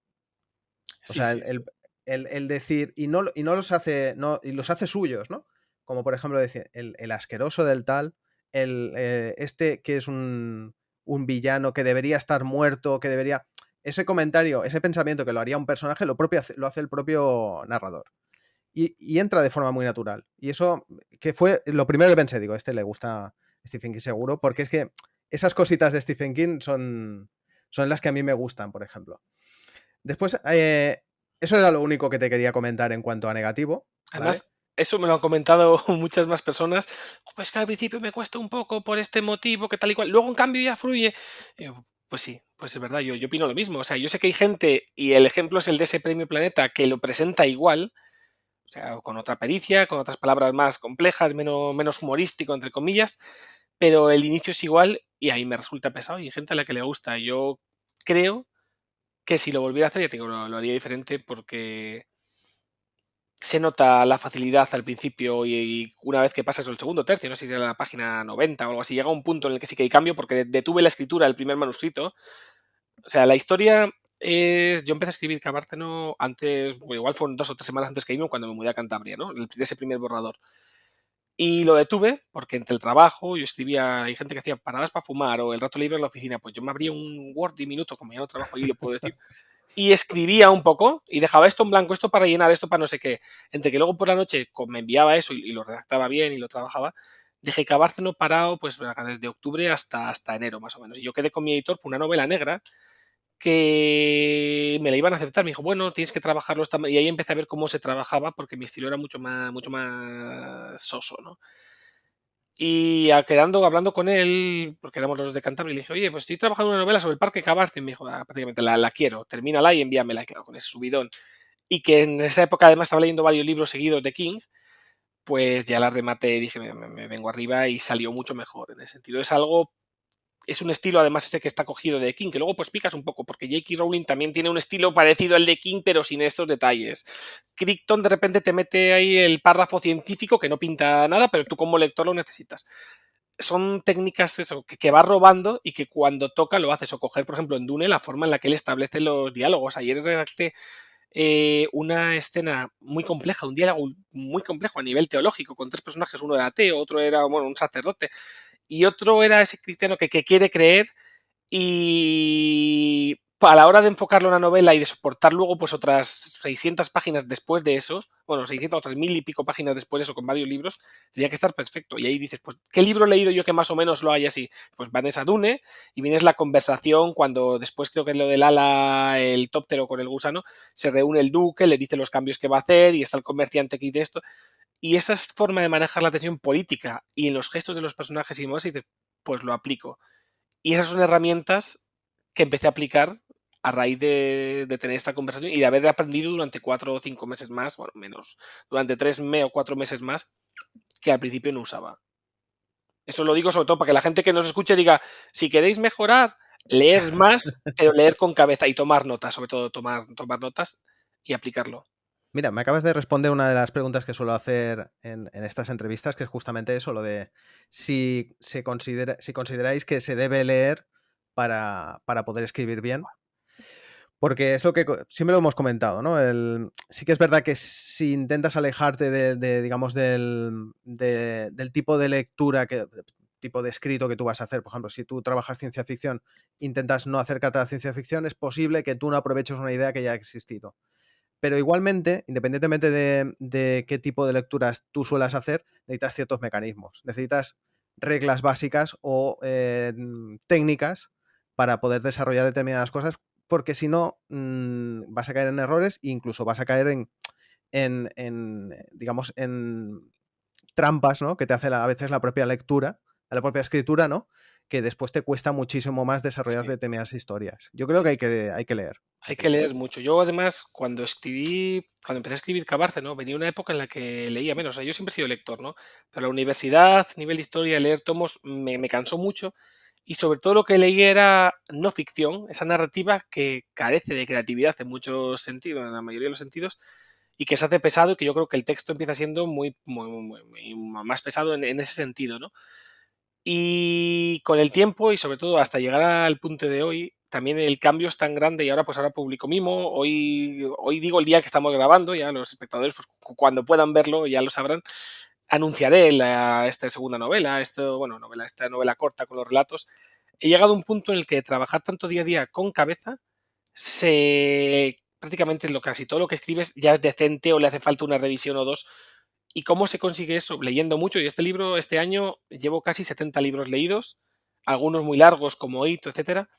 Pero sobre todo, aparte de leer mucho, tú cuando lees un libro nuevo, aprendes también algo que no solo a nivel de estilo, que es la estructura para contar una escena. Ya, por ejemplo, cuando escribí Cabarte o obras anteriores, quería contar algo, pues escribía una escena y lo contaba de principio a fin. Ha pasado esto, pum, pasamos a la siguiente. Eso genera textos más lineales.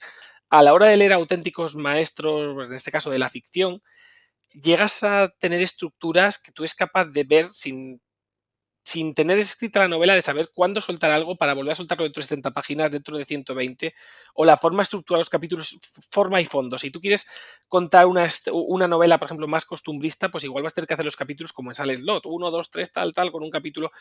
Pues porque si te apetece escribir 3 páginas sobre otro tema que no viene a cuento, el lector te lo va a perdonar. En un thriller no, en un thriller va a decir, pero que me has sacado en la narración. Todo eso solo se aprende leyendo, a más allá del vocabulario, y decía algo que decía Reverte en las entrevistas, que yo cuando quiero contar algo y ya lo ha contado alguien mejor que no, pues voy y digo, ¿cómo lo ha hecho? Pum, pum, pum, pum, pum, pum. Conrad, por ejemplo, ¿no? Eso no es copiarle, pero tú te has leído 5 libros o 10 que tratan un tema, por ejemplo, el amor en un caso muy concreto, tal y cual, y tienes una duda, porque todo te deja pozo, pues puedes coger esos 10 libros, puedes sentarte una hora antes, si tienes tiempo, leerte las 10 páginas de cada uno y ponerte a escribir. Y otra cosa que yo hago siempre a día de hoy, creo que es la clave de que cada vez pues vaya llegando a más editores, eso es lo principal, porque luego los resultados de lo que yo hago ahora se verán 2 o 3 años, que llegan más editores con los textos e incluso con las ideas que igual les enseño 3 páginas y dice, lo quiero o envíamelo cuando lo termines, cuando eso no es tan fácil, porque es gente que te apuesta mucho dinero, un editor tradicional por tu obra, es el calentamiento. Y es algo que yo con Cabarte y con otras novelas, ni con el primer organismo no lo hacía nunca. Digo, pues yo quiero contar esto, me siento, empiezo y lo cuento. Y luego ya se reescribirá o no. Y yo sí, cuando iba al gimnasio, cosa que debería de recuperar, el volver a poner en forma, pues antes de hacer un deporte intenso, tú calientas un poco, calientas el músculo, no te quieres lesionar. Yo creo que para escribir hay que hacer lo mismo. Yo cojo un autor, por ejemplo, Dean Koontz, o ahora mismo que estoy y el tema del ensayo me ayuda mucho, ¿no? Digo, vale, pues antes de sentarme a escribir, hasta que notas que ya estás cansado, que se te acaba la magia, estas 2 páginas, aparte de saber lo que tengo que contar, que si es complejo, sí que lo hago un pequeño esquema a mano en un cuaderno para saber cómo estructurarlo. Si es una escena más simple, pues depende de la pura creatividad. Voy a leer 5 o 10 páginas. Leerlas lento. Si es con el ensayo, mejor, porque hay que tomar notas para trabajar un ensayo. Y eso ya te ha vuelto a renovar esas herramientas narrativas, estructura del párrafo, alternancia de frase corta y frase larga. Esa forma de contar o el cómo en varias páginas trabajas un concepto que lo acabas de decir, que bien escrito está, que si tú te pones tirando que tirar de imaginación de ayer o antes de ayer, igual no te acuerdas. Es como ir presentarte un examen. Eso es lo que yo veo fundamental. Leer leer mucho, todo lo que se pueda, audiolibro también, si estás de uno a otro. Yo trabajando, cuando tengo tareas aburridas, leo o escucho audiolibros. Último ha sido Tiburón, que me parece una novelaza. Y calentar, porque todas las palabras las tienes ahí, la estructura, y si ves una expresión que te gusta mucho, o una combinación de adjetivo-sustantivo, cógelo, pero igual no es exacta, pero igual dices, pero no, este adjetivo, en vez de con este sustantivo, con este otro, forma una poesía que le da una potencia al texto impresionante. Y eso es lo que de verdad marca la diferencia. Me parece muy interesante, porque es que es lo que decías tú, no es cuestión de copiar, sino que tengas esa habilidad innata que ha venido por el hecho de ver muchas veces determinadas frases, determinadas escenas, ¿no? Lo que comentabas tú, por ejemplo, de Stephen King. Stephen King no suele utilizar palabras muy complicadas para desarrollar sus historias, que es una cosa que a veces ayuda para que cualquier lector no tenga que estar con un diccionario al lado para ver qué es lo que está explicando, ¿no? Pero en cambio, tiene una habilidad muy buena para desarrollar escenarios y para jugar con los tiempos. Yo, por ejemplo, hay una cosa que me gusta mucho de It, y es el hecho de cómo va mezclando un tiempo con el otro sin que te pierdas. Entonces, si tú nunca sueles leer eso, si tú llegas virgen al ordenador y dices, venga, voy a hacer una escena en la que el personaje esté hablando con un amigo, recordando lo que hizo el año pasado, volviendo con el amigo, se va a hacer un mundo explicarlo. En cambio, si tú ya lo has visto, no lo vas a hacer exactamente igual, pero ya tienes cierta idea, ¿no? Claro, y si en vez de uno has leído 5 o 10 libros en los que ocurre eso, que al final 10 libros de cada, o sea, ya hablamos de cifras, que la vida siempre está de por medio y tenemos otras aficiones y es mucho más complicado. Pues si tienes varios ejemplos de éxito y algún ejemplo de fracaso, porque es igual de bueno leer libros buenos que libros malos, contando que hay libros malos. Yo pocas veces un libro que leo me disgusta totalmente, siempre hay algo bueno, pero hay cosas que puedes decir, yo no lo haría así, porque es opuesto a tu forma de expresarte. Pues el hecho de ver algo que no te convence, de verlo sin caer en ello, y de ver algo que te convence, te da la línea en la cual tu personalidad, como escritor, que tiene lo que plasmamos, se mueve para que lo que hagas, por lo menos para un segmento de la población, esté bien. Y yo creo que eso es fundamental. Que al final es tiempo, es la misma teoría de las 10.000 horas, pero aplicada a la escritura. Totalmente. Bueno, y de hecho, ese ejemplo te podría valer para cualquier cosa de la vida cotidiana. Es decir, tú vas a tomar un café y ves a una persona que trata mal a una camarera o a un camarero, eso te da un ejemplo de lo que no deberías hacer, ¿no? Y eso evidentemente se puede extrapolar a cualquier actividad de tu vida, ¿no? Bueno, para acabar lo que te comentaba de lo que me ha gustado de tu novela, me ha gustado que hayas intentado alejarte de los clichés típicos de los personajes, ¿vale? Porque daba para acercarse a ellos. O sea, es decir, si esto fuera una superproducción estadounidense, seguramente tendrías al guaperas del instituto, que es el jugador de rugby, con la novia rubia, con el que siempre de alguna manera, el que tú crees que es un fracasado y al final se convierte en un héroe. O sea, evidentemente, tú has utilizado ciertas pautas para los personajes para darle cierta diversidad, pero yo creo que has intentado que los personajes sean personajes que tú podrías creer que son reales, ¿no? Sí, así es. Yo además, luego en cada obra los personajes muchas veces llegan porque dices, bueno, pues ha llegado estos personajes, no sé cómo, son los que hay, ¿no? Yo partí de unos personajes que a la hora de diseñarlos quería que fueran gente corriente, que fueran, al final no dejan ser arquetipos de un carácter o de una bandera o de una idea, ¿no? De un concepto. Pero a la hora de darles varios datos definitorios, la idea, y tanto en esta novela como en cualquiera, es que sean personajes que te puedas creer, que pueda ser tu amigo, que pueda ser tu vecino, que es gente ordinaria a la que le ocurre algo extraordinario, algo fuera de norma, y que se enfrenta a ello de una manera u otra. Y a mí, por ejemplo, si leo un libro y sé que el personaje principal es el más fuerte, el más guapo, el que hace el camino del héroe de manual, que de repente cae, que sube y tal, lo puedo ver una película y disfrutar muchísimo, pero un libro me cuesta mucho empatizar porque ya lo sé. Si veo un personaje humano, y eso es algo que pues autores como los que he mencionado, o los que hemos mencionado, vamos, King, Kunz o ciertos autores, bueno, por ejemplo, también con Gómez Jurado, con alguno me ha pasado en los últimos thrillers, no he leído los más famosos, ¿vale? Te dan personajes que te los puedes creer. Y que sí que puede decir, pues le resta epicidad que mi personaje tenga hemorroides, ¿no? Pues dices, pues sí, es una putada, ¿no? Yo me imagino a Gandalf, bueno, Gandalf igual es el mejor caso, pero bueno, a Theoden diciendo, pues joder, estaba ahí con hemorroides, ¿no? Pero en este tipo, también depende del tipo de libro, este tipo de libro y en la sociedad actual es algo que te hace humanizar a un personaje. Y yo creo que los lectores actuales, cuando se embarcan en la aventura de un libro, buscan humanizar a personajes ficticios de una manera que no se lo permite muchas veces el audiovisual. Y eso es lo que te permite entrar en sus deseos más oscuros, en su rutina, en todo eso que puedes decir, qué aburrido es y lo tengo que ver en pantalla, pero si tú me lo resumes en un párrafo en el cual, por ejemplo, el inicio de It, cuando habla la esposa del judío, de cómo se ha muerto, y de cómo se han casado, y cómo pasa todo eso, y pasan 5 o 6 páginas, es joder, qué maravilla, pero si tuviera que ver todo eso en la televisión o en otro elemento, dices, qué aburrido. Y creo que ahí también existe una pericia, ¿no? A mí me parece, yo creo que es fundamental que el personaje sea real para que la historia sea creíble. Pero luego, eso sí, que el concepto detrás, lo que se te queda residual cuando acabes la obra es esa versión alternativa, porque una lectura la disfrutas cuando la lees y cuando la recuerdas. Que ese recuerdo de la novela sí que haya alcanzado o atisbado la idea platónica del escritor al sentarse y trabajarla, pero que durante la experiencia, que es durante el camino, que es la lectura, sea real. Luego ya que la imaginación se encargue de embellecerla.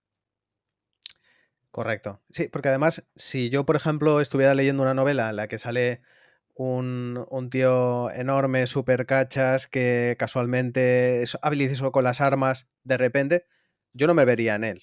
Entonces, claro, mucha de la lectura, la gracia de la lectura es que tú te veas reflejado en ese personaje, que por cierto, aprovecho ya, esa era la última cosa que te quería comentar, y aprovecho para preguntarte una cosa, y es, yo tengo cierta habilidad para cuando conozco a un autor y leo su obra, para meterle dentro de la obra. Es decir, me pasó, por ejemplo, con Jonas Ramírez.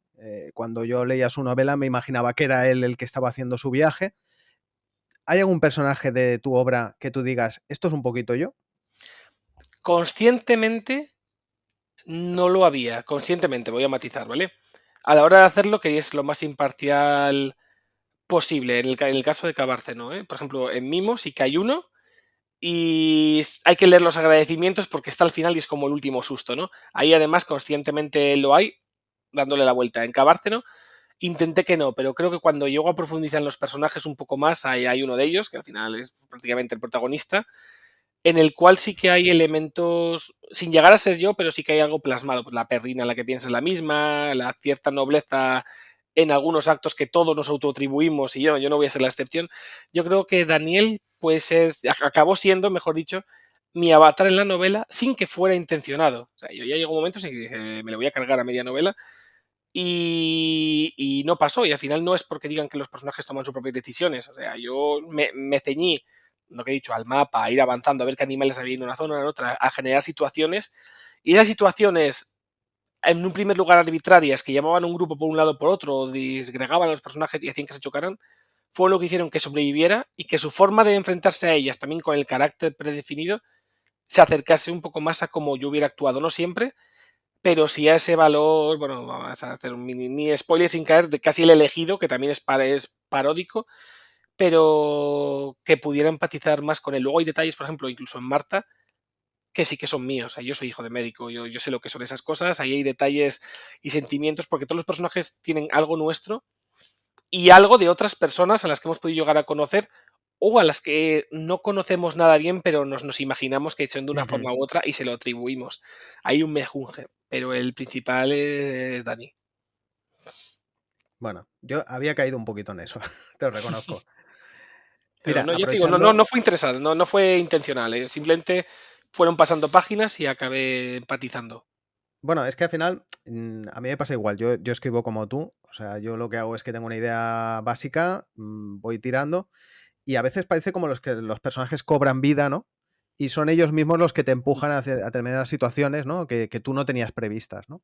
Yo creo que es parte de la magia de escribir de esa manera, ¿no? Sí. Y el problema que te puedes encontrar al final del libro cuando dices es que hay cosas que no encajan. Pero yo creo que al final a mí personalmente me parece más divertido hacerlo así. Aprovechando el comentario que he hecho de Jonas Ramírez, nos había dejado algunas preguntitas para ti.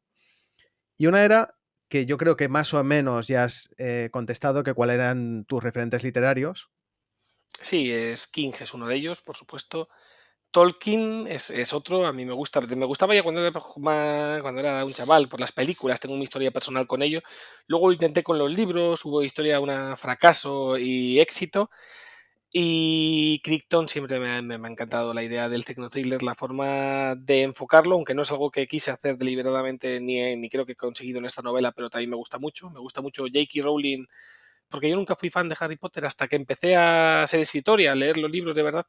Y me gusta el cómo es capaz de describir, pues mediante metáforas, algo muy King también, pero metáforas muy visuales, aspectos que te sacan la sonrisilla.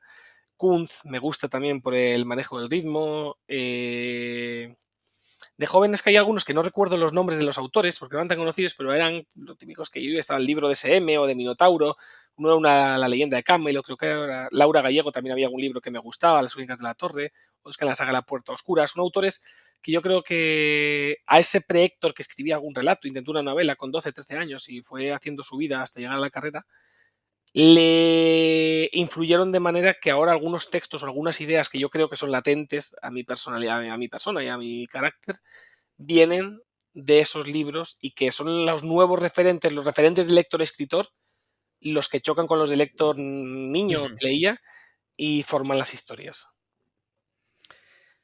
Y que también nos preguntaba qué escritor vivo te gustaría conocer en persona, o voy a juntarlo con la siguiente pregunta, o fallecido. Bueno, conocerle ahora en fallecido no sería muy buena idea, pero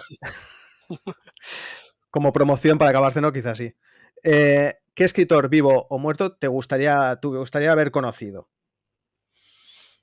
Como escritor muerto, yo me quedaría con Tolkien, pero además tenía luego, leyendo sus cartas y leyendo ensayos sobre él, era gruñón, era una persona muy quejumbrosa, muy tradicional, pero yo al final, en cierto sentido, no te digo que soy así, pero también tiendo a ser en ocasiones solitario, me gusta la naturaleza hasta un punto insospechada, soy cántabro, ¿sabes? Al final me gusta el verde y la comarca, mi pequeña comarca, y creo que es una persona muy interesante. O sea, no sé si sería la mejor opción o la que más disfrutaría, pero le tengo un respeto reverencial por el que lo haría. Si fuera un escritor vivo, a ver, sería King, descifrar cómo funciona esa mente. Por encima, bueno, ahora está ya un poco mayor, pero bueno, descifrar y poder hablar con él y que contase, además, lo que cuenta bien escribo, su biografía, ¿no? Que es igual de apasionante, sería para estar así 5, 10, 15 horas y decir, joder, se me quedan frías las lentejas. La siguiente pregunta que nos ha hecho es ¿cuánto tiempo dedicas a planificar el libro, a escribir, a revisarlo? Cada libro tiene su propia historia. En Cabárceno, aparte, bueno, quitando la planificación, que eso fue unos 15 días, tampoco hubo gran planificación, pues buscar la excusa biológica para que pase esto, también era por ser más amateur en el sector de la publicación, pues el proceso completo fueron unos 9 meses, también dedicándole mucho tiempo cada día, ¿eh? No coger hoy sí, hoy no, todos los días ya hubo un tiempo. Pero luego hay obras como Mimo, que a partir de un primer borrador, pues son 3 años trabajando en ello hasta que vea la luz. O lo habitual, tal y como estoy trabajando ahora, que ya estoy bastante metido y cómo lo planifico, entre 2 y 3 años. Porque al final, si ya he planificado la estructura que va a tener la obra, he planificado un poco el orden de los capítulos, por ejemplo, tengo una idea y para eso tengo que ver cómo hay muchos factores extraliterarios que trabajar para que salga bien, ¿no? Que sí que está mucho más relacionada con Parque Jurásico, ya he empezado a trabajar un poco en ella y mi idea sería lanzarlo en 2026. Esta novela llevo ya un año trabajando en ello sin haber escrito nada. Solo he escrito un prefacio porque un día me apetecía sentir que avanzaba en ello.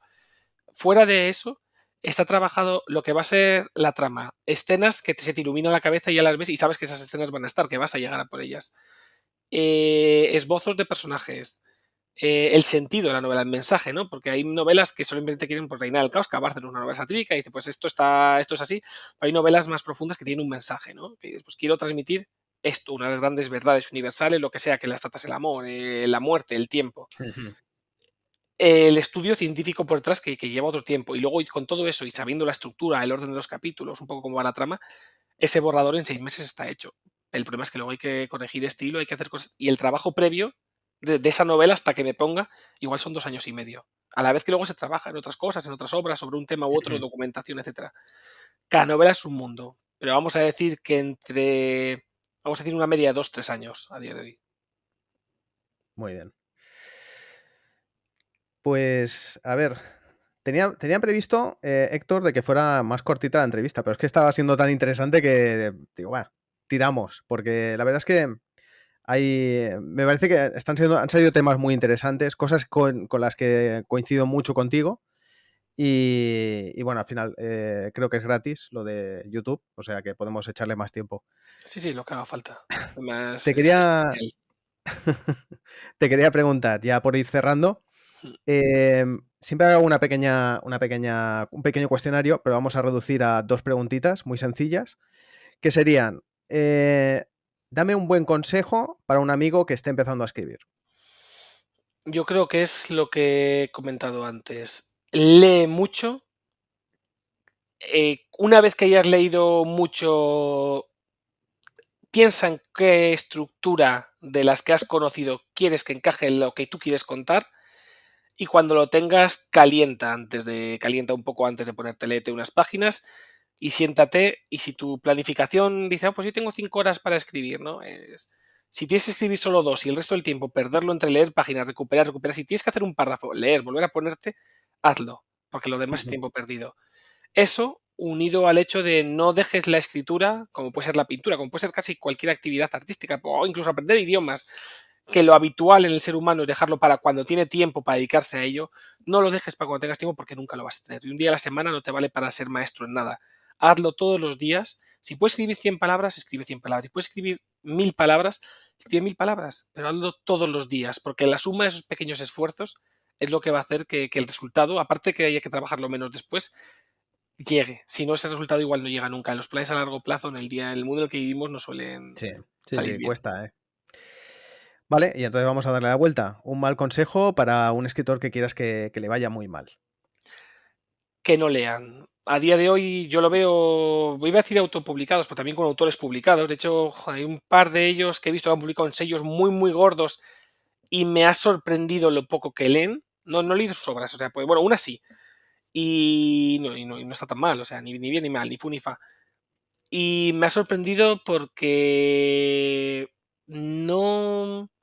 O sea, al no leer tanto, eso seguro que se va a notar. Y he visto que hay autores que se jactan de decir, pues yo quiero mantener mi estilo, yo soy así, lo que saco lo llevo de dentro y lo que tú quieras, ¿no? Pero para eso escribes para ti. Cuando escribes para los demás, cuando escribes para que te lean, para que alguien dedique su tiempo, no solo el tiempo de comprarte un libro, ¿no? Que ya tú trabajas y al final es X tiempo de tu vida a lo que vas a invertir en ese objeto al final, o en el ebook, o lo que tú quieras, sino el tiempo dedicado a consumirlo, a leerlo y a disfrutarlo. Si solo hablas de ti, pues a mí cuando una persona estamos tomando lo que me dice yo, pues desconecto. Ahí me gusta que me cuenten algo más, porque para eso tomaría un café con el escritor, no me leería su libro. La lectura te abre puertas a vidas y a conocimientos que pueden ser antitéticos a tu persona, que no tienen nada que ver contigo o que jamás te hubieras planteado, y el hecho de conocer esos otros puntos de vista desde dentro, no desde fuera, como cuando ves la televisión o escuchas el matinal a cualquiera, una entrevista, el hecho de conocerlo desde dentro, cómo funciona ese flujo del pensamiento de una forma más compleja, te permite plasmarlo en la escritura. Si no, lo que vayas a hacer va a ser muy superficial, tendrá su público, ya que hay muchísimas novelas muy ligeritas que llegan a quien llegan, pero eso se va a quedar ahí. Y podrás vender más o menos, pero nunca serás un buen escritor, creo yo. Estoy de acuerdo, estoy de acuerdo. Vale, pues en 30 segunditos, véndete un poquito. No solamente la obra de Cabárceno, aprovecha también y vende tus nuevas obras y así también respondemos la siguiente pregunta que ya cerraría la entrevista, que es ¿cuáles son tus trabajos futuros? Vale, ahora mismo han salido Mimo, que esta novela se vende como novela negra, pero ya que estamos yendo un poco así, es una novela prácticamente terror, con esquema de novela negra. La ventaja es eso de haber leído al final muchas cosas, es que puedes combinarlo. Y es una novela larga que ocurre en Cantabria, es muy sangrienta, pero el tema principal es la esperanza. Son personajes en ambientes sórdidos, personajes que se hunden y llegan a subir. Si te gustan novelas rápidas, o en este caso thriller, que sí tienen su intimismo, y las novelas que, bueno, los personajes que no ocultan la verdad, que no miran para otro lado, esa sería tu novela. Y la publicación alternativa es Mecánica de Fluidos, que contiene desde algunos de mis primeros relatos, 2 de ellos premiados en certámenes, reeditados, hasta relatos mucho más actuales de terror, misterio, siempre desde una perspectiva prácticamente actual. O sea, hay un relato de unos piratas que encallan una isla con dinosaurios, que es combinar Parque Jurásico 3, que nunca tuvo novela, con la Isla del Tesoro y alguno más. Eso me parece que es un libro muy entretenido porque también se suelen desestimar los libros de relatos.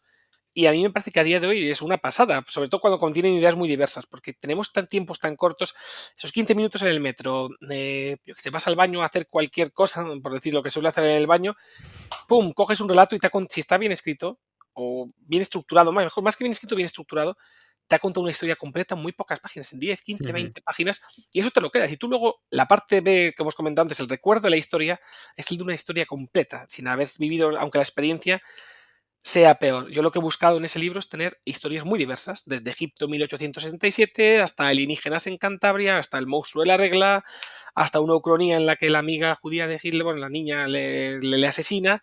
Contar esas historias que a las acabas y dices, qué locura es esta, ¿no? ¿Qué se ha fumado? No, yo no consumo nada más que café. Esas son las dos obras que hay ahora. De cada año que viene, pues lo que he comentado, una obra de terror ambientada en mi pueblo, una obra, pues lo que ha comentado, la niña que es lesbiana, revolucionaria, y el padre más tradicional. Ahí en mi pueblo, y con esto lo digo todo, está construido cerca de dos marismas interconectadas que comunican con la bahía de Santander, así que hay una amenaza acuática. Esa es una novela larga que creo que saldrá este año que entra. Y la otra es esta gran saga que va a ser de terror, fantasía, misterio en los Valles Pasiegos, que como lo he reescrito, el primer manuscrito tenía 250.000 palabras, pero se podía hacer mejor. He empezado de cero, lo he tirado y vamos a empezar de cero. Irá saliendo, no sé si entre este año, los 3 siguientes, los 6 siguientes, lo que sea. Luego hay muchos más borradores, conceptos como este que he dicho de más Parque Jurásico, que están ahí en una etapa B, que se van trabajando poco a poco, pero no son tan inmediatos. Y una hipotética space opera cortita, que ya está terminada. Si la repaso, hago apéndices y hago cosas, igual la pongo en el mercado, pero no me corre prisa. Ese es el resumen de todo.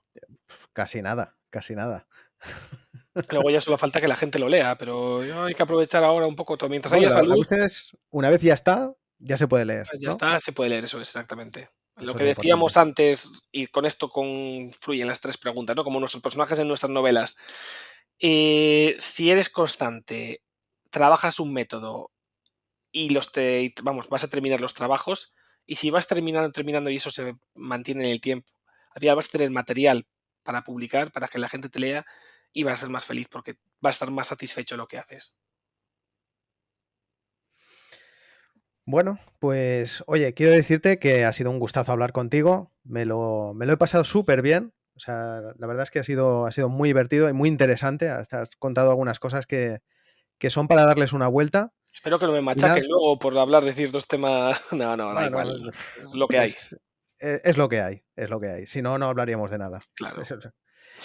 Y nada, y espero que te vaya muy bien en tus trabajos futuros, que te vaya muy bien con Cabárceno y con las obras que están a punto de salir, y que pronto podamos volvernos a ver por aquí. Nada, el placer es mío. Muchas gracias por el espacio y por la conversación, que yo he hablado además con mucha gente, YouTube, radio, etcétera, y ha sido una pasada, pues la cercanía, porque aunque la gente no se lo crea, esto no lo hemos preparado primero, no hemos hecho nada, hemos venido, hemos empezado a hablar, y yo creo que ha habido esta conexión que al final hace pues que salgan los vídeos chulos y entretenidos. Así que nada, muchas gracias, porque es un anfitrión, ya que he dicho muchas palabras, te digo una más, un anfitrión cojonudo. Cuídate mucho, Héctor. Nada. Hablamos. Hasta luego. Chao. Hasta luego.